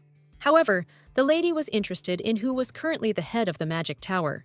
Henry knew that the tower was ruled by the powerful Liam, who was considered to have many faces. He constantly changed his age and appearance, which spoke of his incredible reserves of magic. Rosanna immediately realized that such a person would easily reveal her identity when they met. That's why Miss ordered Austin not to dig under Liam, so as not to attract his attention. At this moment, the assistant informed the heroine that Duke Varfos was eagerly awaiting her. And this time, the girl decided to meet her friend at the main gate so that they would not be overheard.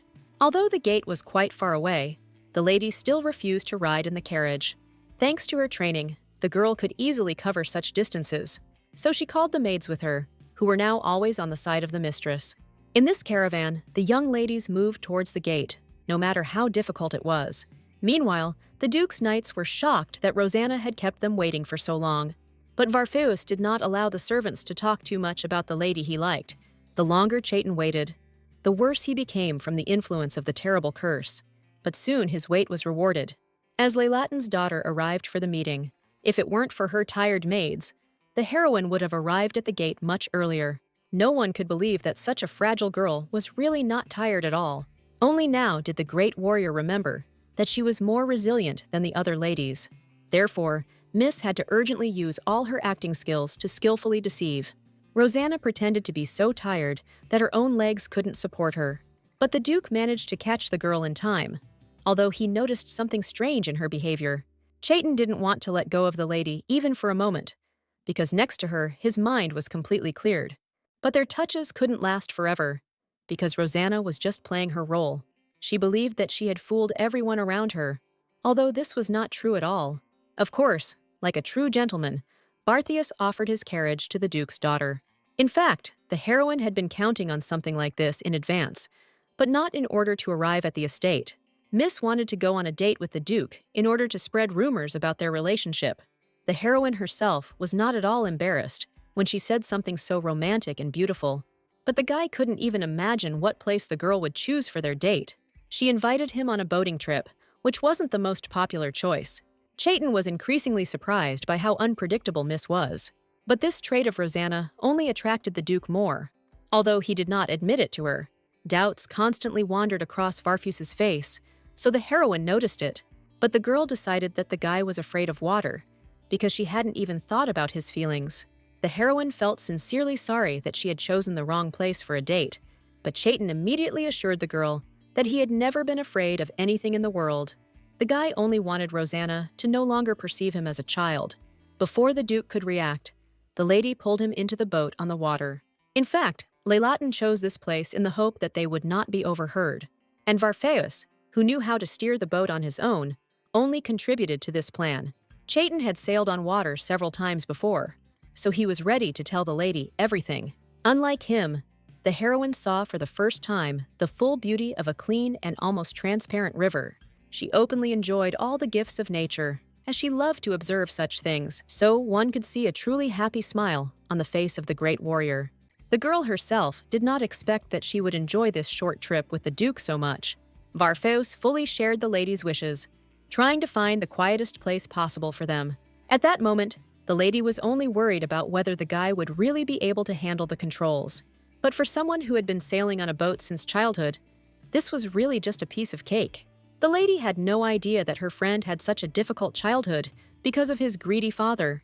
The heroine did not respect the ruler, so she did not call him as formally as others. But Varfeus was confused by this tone, since he always tried to adhere to the rules. Rosanna hadn't planned to change her behavior, but she still thought about it after the guy's words. To Chayton, she always seemed fragile and innocent, but she constantly exceeded his expectations. He sincerely did not understand why this girl evoked so many emotions just by looking at her. Chayton felt an instinctive fear and respect for the lady, as if he had met her before. But all these emotions seemed inappropriate to him for the miss, whom he saw for the first time in his life. Rosanna could calm her friend with just a few words, as if it cost her nothing at all. Varfeus had needed this kind of support all his life, and only now had he found it in a girl. It was time for the Duke's daughter to ask all the questions that interested her. Of course, the heroine planned to finally find out what happened to her friends during the battle with the dragon. However, the miss didn't have time to finish, as she abruptly pulled the guy towards herself, which he didn't expect. Immediately after, an arrow flew a few centimeters from Varfus's face, hinting at an assassination attempt. Rosanne matter-of-factly stated that Chayton should have used an umbrella too. But the whole thing was that while the couple was boating, some people attacked them. Chayton was a true gentleman, so he could not allow the girl to get hurt. He was sure that the lady had never encountered murder before, so it would affect her. However, the guy couldn't let go of the enemies who almost killed him with one shot. The heroine obediently pretended that she was terribly scared, so she clung to her friend. But suddenly, all of Chayton's thoughts were occupied by her thin and attractive neck, which was nearby. At that very moment, his entire body was gripped by a wild desire, as the curse suddenly awakened. But the girl's gentle voice quickly brought the guy to his senses. Although he did not answer her for some time, Rosanna had no idea about the thoughts that had just been going through her friend's head. She was acutely aware of the danger from the outside, so this time she hit Chayton in the chest. As a result, they both fell to the bottom of the boat, and more arrows flew over their heads. However, the lady managed to once again pretend that her luck was just a coincidence. The Duke had no time to find out the details, because the enemies were not going to wait for the end of their conversation. It was common for the boy to see the water turn red due to the blood around it. He didn't know that the heroine was also used to this, as she had fought constantly in the past. That's why the lady didn't lose her composure now, although any other girl would have been horrified. In the Duke's mind, it would have made much more sense if Rosanna had begged him for salvation. So the guy only wanted to deal with his opponents as quickly as possible even more. He threw himself headlong into battle, not at all worried about his body, since he was many times more powerful than his enemies. The great warrior could not join this battle, but her help was not needed. But from the outside, she noticed what a strange feeling emanated from the Duke during the battle. Chayton seemed to revel in the pain of his opponents, easily dealing with each of them. The aura emanating from the guy at that moment reminded the lady of the power of a black dragon. This meant that the battle with the monster was not over, and the Emperor would need Rosanna's power. At that moment, one of the enemies, who had carefully approached, attacked the girl from behind. But it would have been much better for the opponent if he had attacked the Duke rather than the heroine. The man clearly realized he couldn't beat Chaitin, but he picked the wrong man. So the girl defeated the enemy, who was superior to her in all respects, in one move. She was not afraid to mortally wound the traitor so that Varfus would not be able to find out about anything. In just one instant, the enemy was defeated, something he didn't even have time to fully realize. The heroine looked at the opponent, who was destined to lose, with no pity in her eyes. The girl then threw the man into the water, knowing full well that he would sink to the bottom. Rosanna dealt with the enemy so quickly that the Duke was unable to notice her actions. So, within a minute, peace and quiet returned to Leilaton's boat, as before. Since the umbrella and hairpin were covered in blood, Miss got rid of them without regret. She arrived just in time, because by that time, the Duke had dealt with his enemies. The guy heard some noise coming from the girl, but didn't find anything suspicious. In the end, Rosanna managed to talk her friend into forgetting about this strange situation. The girl could not reveal herself to the Emperor's relative, no matter how close they were. Meanwhile, Chaitin believed that the lady's safety was paramount, so he swam to shore. The heroine felt good to feel that at least someone was caring about her after a long time of loneliness. No matter how much the miss insisted on continuing the conversation, the Duke decided to send her home. The guy was sure that the girl simply hadn't yet recovered from the shock, which is why she was calm. But the thing was that such a situation could hardly surprise the great warrior. Varfeus continued to attribute all of the Duke's daughter's discontent to the consequences of the horror. Although the lady tried to prove that she was fine, it was absolutely useless. In any case, Rosanna didn't even think of blaming her friend for what happened to them. The guy found it surprising that the girl once again thought differently. So, despite the recent assassination attempt, he was able to smile and forget about the stress. So he returned to the conversation about defeating the Black Dragon with a squad of knights. Rosanna couldn't cope with curiosity, so she prepared herself to listen carefully. In fact, the heroine understood how dangerous it was to speak carelessly about the Emperor. Chaitin felt a little calmer, knowing he could trust the lady and protect her if anything happened. The guy didn't know that this girl was a great warrior whom no one could defeat. He began his story with how 10 years ago the Emperor called the knights to him. Then the ruler selected only those who would have to die later, even if they won. But young Chaitin had no idea that his own father had decided to send him to certain death. It was then that he first saw the great warrior, who struck the young man at first sight. The girl's stern gaze did not frighten Varfeus, because the depths of her eyes were full of justice and wisdom. Miss was surprised that the guy immediately guessed who the great warrior was. But for the Duke, this was a common thing, because he was a relative of the Emperor, and he felt like a hero. Chaitin had long since realized that there was some kind of connection between the warrior and the imperial family. Moreover, the admiration was connected with the fact that only that lady could speak openly with the Emperor. Rosanna concluded that she should have been more careful with all the ruler's offspring. Only the Emperor could summon her, and his family could give the ruler an unnecessary hint. Varfeus himself found it strange that the hero was constantly passed down from generation to generation. People tried to steal the seal with the summoning, but the warrior responded only to the call of the Emperor. Only now did the lady realize that she would have to face the ruler if she wanted freedom. The abundance of information made the girl's head spin, as everything only became more and more confusing. And Chaitin continued the story of the incredible hero who fearlessly rushed into battle. It was only thanks to this girl that they managed to seal the Black Dragon in such a short time. But immediately after that, the lady disappeared, as if she had never existed in their lives. Bitterness overtook the detachment when they encountered Imperial knights on the way back. The heroine had no idea that the Emperor would want to hide her identity from everyone so much. This act seemed unfair to everyone, and Chaitin tried to overcome the dragon's seal. But in the end, only he was able to return safely to the Imperial Palace. Rosanne was horrified that her friend had to survive all this time. The guy himself had long since gotten used to the fact that his own father was constantly trying to kill him. This sad story did not leave the lady until the night, although she could not help in any way. What angered the heroine most was that all her friends were killed just to keep her secret. The girl was so angry that she smashed the mirror with her fist, not wanting to see her face anymore. She felt the pain perfectly well, but she didn't care, because her friends were in much more pain.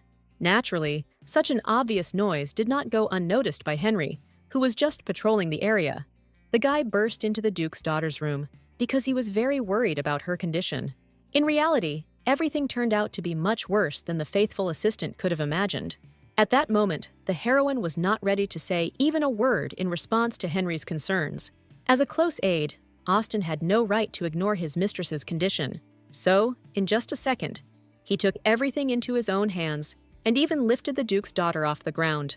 The heroine was not accustomed to the fact that aristocrats paid so much attention to ordinary wounds, but the guy was well acquainted with the rules, so he came up with a picture that was a little more convincing. He threw the lamp with all his might so that no one would realize that the lady had hit the mirror with her bare hands. This was the only way for everyone else to believe Roseanne's legend and not ask any more questions. Miss still couldn't understand why it was so necessary to invent such a story. The former librarian had long since become accustomed to the fact that his mistress was different from other ladies, so he calmly said that aristocrats usually did not break a mirror with their bare hands.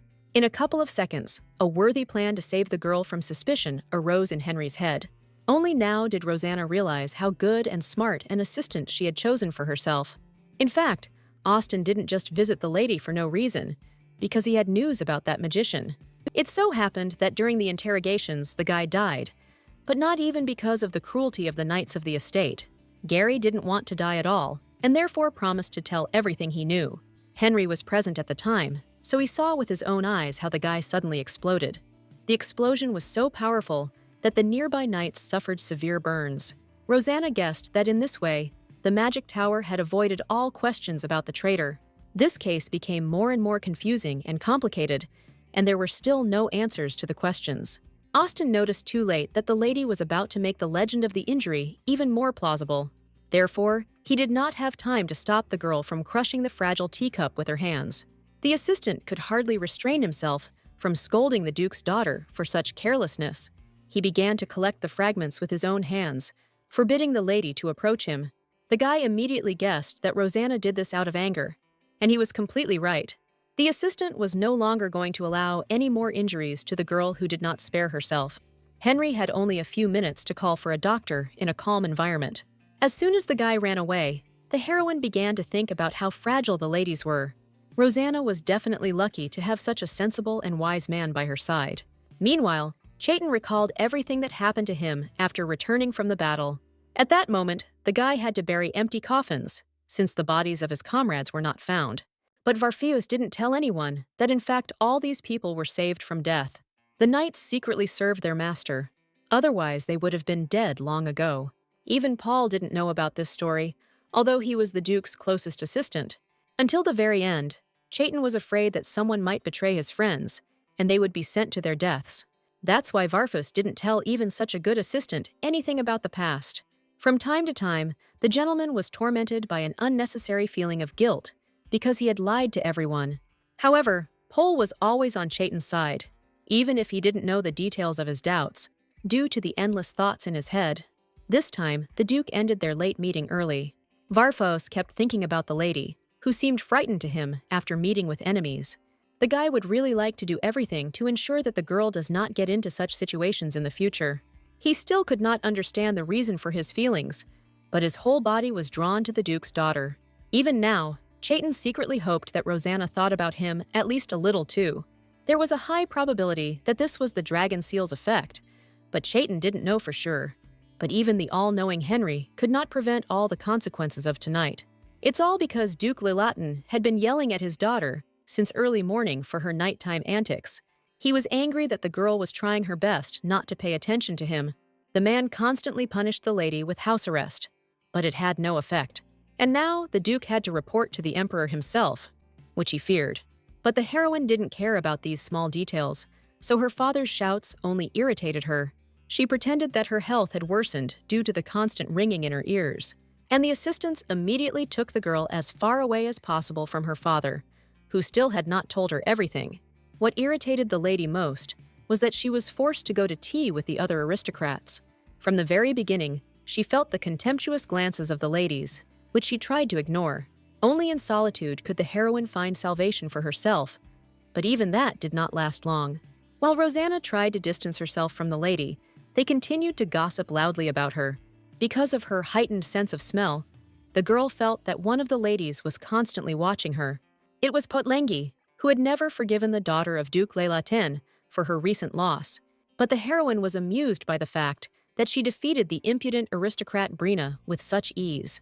But the girl did not expect that the ladies would soon move from silence to action. She would have preferred that the aristocrats continue to gossip behind her back, without touching her. However, Potlengi, with a false smile, declared that she could not leave Rosanna aside. The heroine understood that her refusal of the company would only raise more questions from people. So with a sigh, she allowed these girls to join her humble table. This is how Rosanna found herself almost in the center of attention, although she did not ask for conversation. She didn't even try to listen to Brina's boring conversations, which interrupted everyone around her. The other ladies happily supported Potlenga's conversations, trying to make friends with her. They did not dare to say a single word against Brina, encouraging her desire to marry the prince. None of the aristocrats suspected that Rosanna was only interested in the delicacies on the table. It was to them that Leilaten devoted all her time at tea, ignoring small talk at the table. Brina mistakenly attributed Rosanna's silence to fear of opening her mouth in such a large group. So Potlengi began to openly laugh at the lady who could not speak. But the heroine sincerely didn't know what they were talking about, because she hadn't been listening to her interlocutors the whole time. The girl didn't feel guilty about not keeping up the conversation at the table. She wasn't at all interested in the discussion about who would receive the title of the Heavenly Galaxy this year. It was quite by chance that the great warrior treated such a famous title with disrespect. She immediately realized that she had said too much, since Brina's look did not bode well. Potlengi won this title every year, so she couldn't allow anyone to laugh at him. But Rosanne had no arguments in her defense, because her words were too careless. Suddenly, Brina suggested that the Duke's daughter compete for the famous title this year. The heroine reacted sluggishly to such a battle, as she was confident of her victory this time too. But the aristocrats around were already interested in the duel for such an important reward from the emperor. Potlengi won the title every year, so she had no intention of giving up this place to anyone. Only now did Leilaten think about what bonuses this title could bring her. After all, neither the emperor nor the magicians will pay attention to her if she can win. The benefit was obvious, so the girl nevertheless accepted the challenge from the stupid Potlenga. In fact, Brina had hoped that her rival would run away at the mere mention of battle, so she couldn't believe that Rosanne was actually interested in this duel. But the heroine was already seriously determined, not intending to back down from victory. At that moment, her eyes were cold as ice, and they pierced just as strongly and painfully. So Brina felt awkward, even though she simply looked into the eyes of her self-confident opponent. This circumstance struck Potlengi so much that for a moment she forgot where she was. The girl was saved only by the fact that the heroine at that moment decided to finish her tea party. Rosanna did not notice the presence of one of the members of the imperial family, as she was lost in thought. But Brina immediately headed to Joseph, who had arrived for tea for the sake of one lady. But Potlengi was not the one the prince deigned to show his interest in. Instead, the guy was looking for Rosanna, as she was the one he wanted to escort home. This hurt Brina so much that she was at a loss for words when communicating with the prince. The girl tried with all her might to keep the heir near her, because she wanted to marry him. But it was clear from Bellois that he paid almost no attention to the aristocrat in front of him. Instead, the guy remembered all the rumors about Rosanne, who did not disappoint him at all. What Joseph liked most was that the Duke's daughter decided to fight for the title of the galaxy. He fully approved of this competition, and he himself would have chosen Leilaten as the winner. The aristocrats immediately noticed that the heir showed sympathy for Rosanna, but the lady herself refused the prince as rudely as if he were just a poor commoner. None of the ladies could allow themselves to treat the one who would take the throne in the future in such a way. But the heroine never cared about the status of people who irritated her with their behavior. However, the prince only laughed loudly in response to the girl's rudeness, as he liked it. Joseph was tired of people crucifying him, so he was delighted with Rosanna. He even ordered everyone around him to follow Leilaten's example and communicate more boldly with the aristocrats. In fact, all this time, Bellois was hiding his anger because the lady did not listen to his warnings. Rosanna remembered the ban on communicating with Farfeus, but she had no intention of following it. The heroine always pursued only her own interests, and now she didn't care about the prince. But for some reason, Joseph was sure that the girl would not be able to resist his beauty. So the guy came to the event specifically for the lady, in order to give her another chance. But Rosanna didn't need such a favor at all, since she didn't care about the family's honor. While the prince could not allow Varfeus to gradually get closer to Layla 10, only one heroine never tried to befriend the prince, as the others did. For some reason, the heir felt a terrible pressure next to her, just like from his cruel father. But the guy pushed these images away from himself, imagining only the sweet and charming face of the lady. Therefore, no matter what the girl told him, Joseph was unable to take his eyes off her. The heroine did not want to prolong this pointless conversation because she did not respect the prince. But the guy suddenly grabbed her hand, wanting to stop her from leaving without his permission. The lady's reaction was not long in coming, as her body reacted at the same moment. But the heroine overdid it with her strength, so the guy accidentally bumped right into her chest. The heir immediately blushed to the ears, since he did not allow himself such intimacy with women. Before Rosanna could even think, she pulled the prince, which is how she ended up in this situation. But the girl did not lose her composure and accused Joseph of grabbing her so unexpectedly. She pushed the guy away forcefully, pretending to be furious at his random actions. But everything was not so simple, because Duke Varfeus also came for Rosanna. He also ignored Brina, heading straight for the lady he was interested in. The guy pretended to be the very picture of charm, so that the Duke's daughter could not refuse him the trip. But even he couldn't predict that Rosanne would be so popular among men today.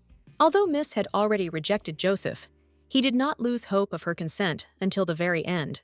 The relationship between the emperor's two sons was strained, so they got into an argument. Everyone around watched in surprise as Chaitin and Joseph argued with each other. The lady did not enjoy being the center of attention, so she quickly ran away. The girl was quite capable of getting to the estate on her own, which is why she refused to be seen off. She didn't regret the time her friend spent getting to tea, but Rosanna couldn't refuse Varfeus, since they already had a cooperation agreement.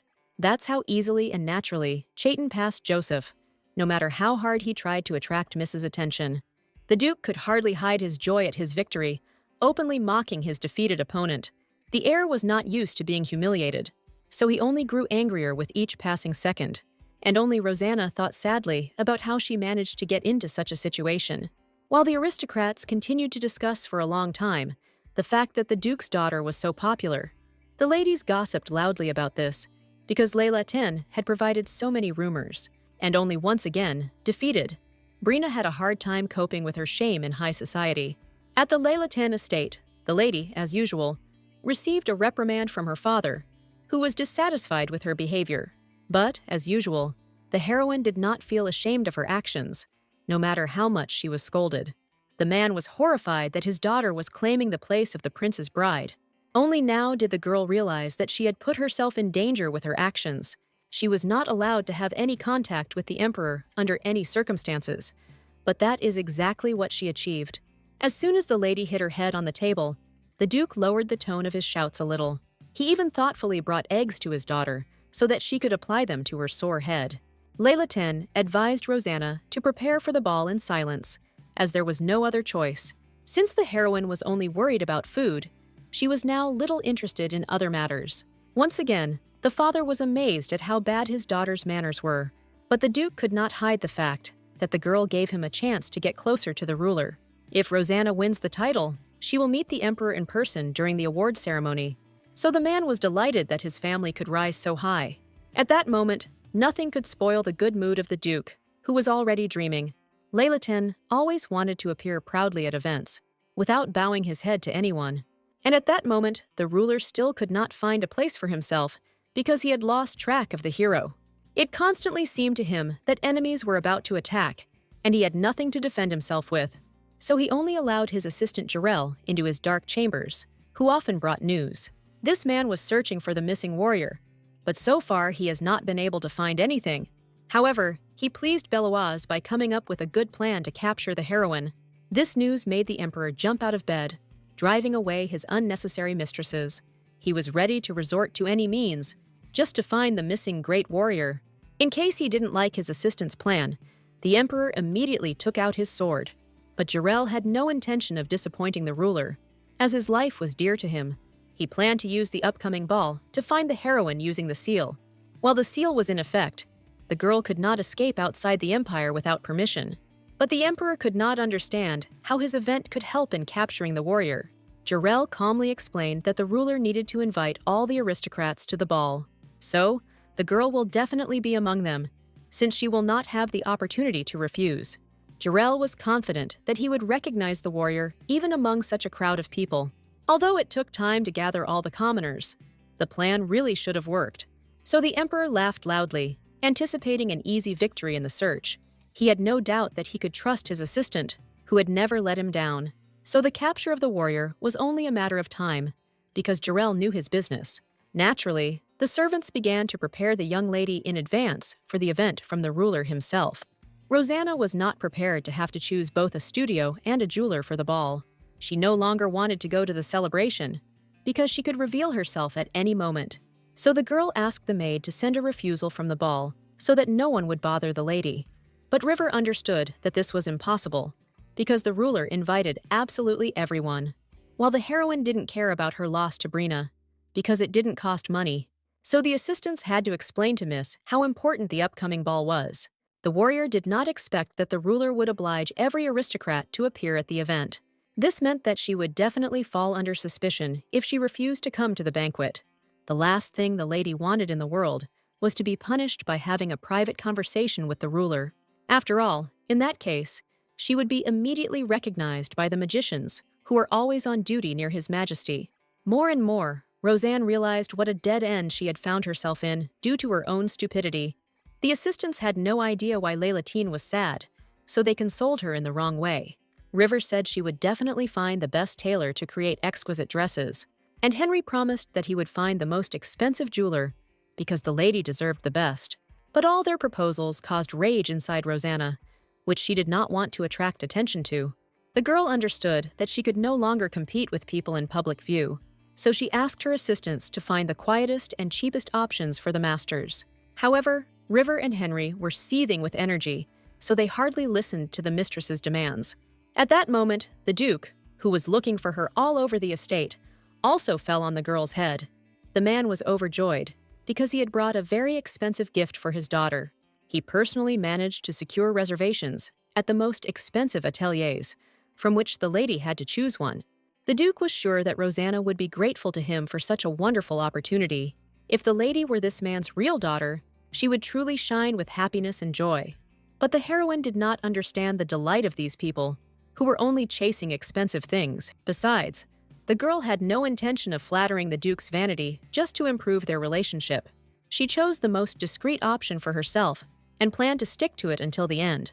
But the servants appreciated the opportunities that the Duke so generously provided to his daughter. Joseph always went to the first tailor on his list, so they had the best quality. But the second studio was no worse, since Laylatine often bought expensive clothes for himself there. Third place was always preferred by Varfeus, for whom custom-made clothes were made. So it was no surprise that Rivera was beaming at the possibilities. The maid always wanted only the best for her mistress, and now these positions came so easily. So now the assistant didn't have to stand in long lines for just one reservation. As soon as Rosanna showed River the precious piece of jewelry, the assistant immediately changed her mind. The lady insisted that the maid choose a quiet place, and the girl did not object anymore. The heroine was going to continue bribing the servants in order to achieve her goal and not stand out. No matter how hard the assistants tried, they could not understand the train of thought of the Duke's daughter. So River was noticeably upset that Rosanna had not chosen the best tailor. The maid knew only too well how difficult it was to reserve a place in them. Only Henry's support allowed the assistant to calm down a little after the lady's decision. The guy was sure that the Duke's daughter intended to find jewelry among the old collections. That's why he now supported Rosanna's desire, because the search could be crowned with success. Austin had heard many stories of old relics gaining new life and popularity. River was so delighted by the guy's reasoning that she completely forgot about her recent sadness. On this good note, they parted to quickly deal with important matters. Soon the maid received another gift from her mistress, who was pleased with her work, all because she found such a quiet place that she was afraid to think about, even in her dreams. All the outfits in this studio were quite old-fashioned and simple in their execution. The master was not too busy due to the small number of orders, so he turned his attention to the clients. It was the first time in his life that he had seen such a rich man, so he was so surprised that he couldn't stay on his feet. Rosanna couldn't believe she could evoke such emotions in people, because usually everyone didn't react so emotionally. This tailor's name was Shulio, and he was barely making ends meet, so he didn't expect any aristocrats to come to him. Yesterday, the guy heard about the reservation, but he was free all day, so he didn't even write down the client's name. So now he was shocked to find himself accidentally chosen by the famous daughter of the Duke of Leila Ten. The tailor could not control his trembling voice, although he tried to be polite to the guests. As soon as the lady sat down in the chair, she immediately gave the guy the task of sewing her a dress for the ball. A look of uncertainty crossed Shulio's face, as he had never received such a complex order before. But it was impossible to convince the heroine, because this place completely met her requirements. The girl immediately laid out a lot of money, so that the guy would not dare to refuse her because of his greed. Rosanna had no preferences, so she completely trusted the poor tailor's taste. Shulio couldn't believe his ears when the lady promised to wear any dress he prepared for her. River couldn't keep silent, so she reported that her mistress had already refused all the famous ateliers. Moreover, at this ball, the girl was going to win the famous title of the Heavenly Galaxy. This responsibility only further frightened Shulio, whose skills left much to be desired. The heroine only sighed after the stories of her maid, who did not help the common cause at all. The girl casually consoled the guy, and it turned out that this had found her another admirer. From that moment on, Shulio decided to dedicate all his outfits to the wealthy Leilatin family. After some time, the heroine noted how tired her body was after one short trip. Although it wasn't surprising, considering how much time they spent trying them on. River was even more exhausted than her mistress, so she was already fast asleep. Looking at her, the heroine smiled sincerely, because everything in this life constantly made her happy. She didn't expect that the adventures wouldn't end there, because the Duke was waiting for her at the gate. The guy was upset because Rosanna did not choose his studio to make her dress. The heroine immediately noticed that madness was gradually creeping closer to Chaitin's mind, so she was the first to reach out to Varfeus to ease his condition with a touch. The Duke fell silent in surprise, as he felt calm and warm in his soul. All this time, he hid from himself how much he needed intimacy with the girl. Only now, the guy sincerely admitted that he felt a little better after this. The heroine had no idea how difficult it had been for Chaitin to cope with the curse all this time. The Duke tried not to leave Rosanna's side for a moment, as he felt worse without her. So, despite being tired, Leila Ten made time for her friend to chat in the living room. She was the first to firmly take the Duke's hand, unaware of how it looked from the outside. The heroine believed that she was only helping Varfeus and did not think about his feelings in return. As soon as they entered the living room, Chaitin became interested in where exactly the lady had gone. Her refusal to work at his studio hit the guy's self-esteem hard, causing him to noticeably lose heart. The Duke could not understand why the lady preferred the almost bankrupt studio to all the others. He had always suspected that Rosanne was stubborn, but now it was more evident than ever. Varfeus was afraid that the girl acted this way because she couldn't get into an expensive studio. The guy assumed that the cost of the dress was too much for Rosanna to afford. He remembered very well how the lady had previously clung to any opportunity to earn money. She even convinced Chaitin to defend her in a duel so that they could take the entire prize together. The heroine herself was so absorbed in food that she did not notice her friend's heavy thoughts. Whatever he thought, the guy didn't even get close to the truth that the heroine was hiding. At this point, the lady remembered that she was not alone in the room, so she started talking about the studio's price. She remembered that one of the armors was provided by the Duke, for which she was sincerely grateful to him. But the girl had no intention of turning to famous masters, as she had a different goal. Chaitin felt wild jealousy when he heard that Joseph had also booked the atelier for the lady. Rosanna didn't accept help from anyone, but that didn't matter to the guy anymore. He felt that his position in relation to the miss was becoming shaky because of the heir. Joseph was always one step ahead of his relative, so his chances were many times greater. But the curse inside the guy increasingly forced him to do everything to possess the lady. All this time, he suppressed these emotions, but with each passing day, it became more and more difficult to endure. So the Duke was surprised that the girl considered Joseph to be somehow unpleasant and evil. For some reason, the lady concluded that the heir would laugh at her if she lost to Brina. Therefore, the heroine was not going to trust Beloise, although he tried to befriend her. This attitude of Rosanna towards Joseph was only to the advantage of Barth, who had already begun to feel jealous. At the end of her speech, Miss consoled the Duke, seeing how worried he was about her choice of atelier. As soon as the girl stroked the guy, he immediately blossomed into a joyful smile from this. Only in front of the Duke's daughter did Chayton feel like a cute puppy, not a formidable wolf. Therefore, the Duke was increasingly drawn to Rosanna, who did not even think of being afraid of his personality. The guy had no doubt that Miss would be able to win the title of the Heavenly Galaxy. Unexpectedly for herself, the heroine felt embarrassed by her friend's kind words and sweet smile.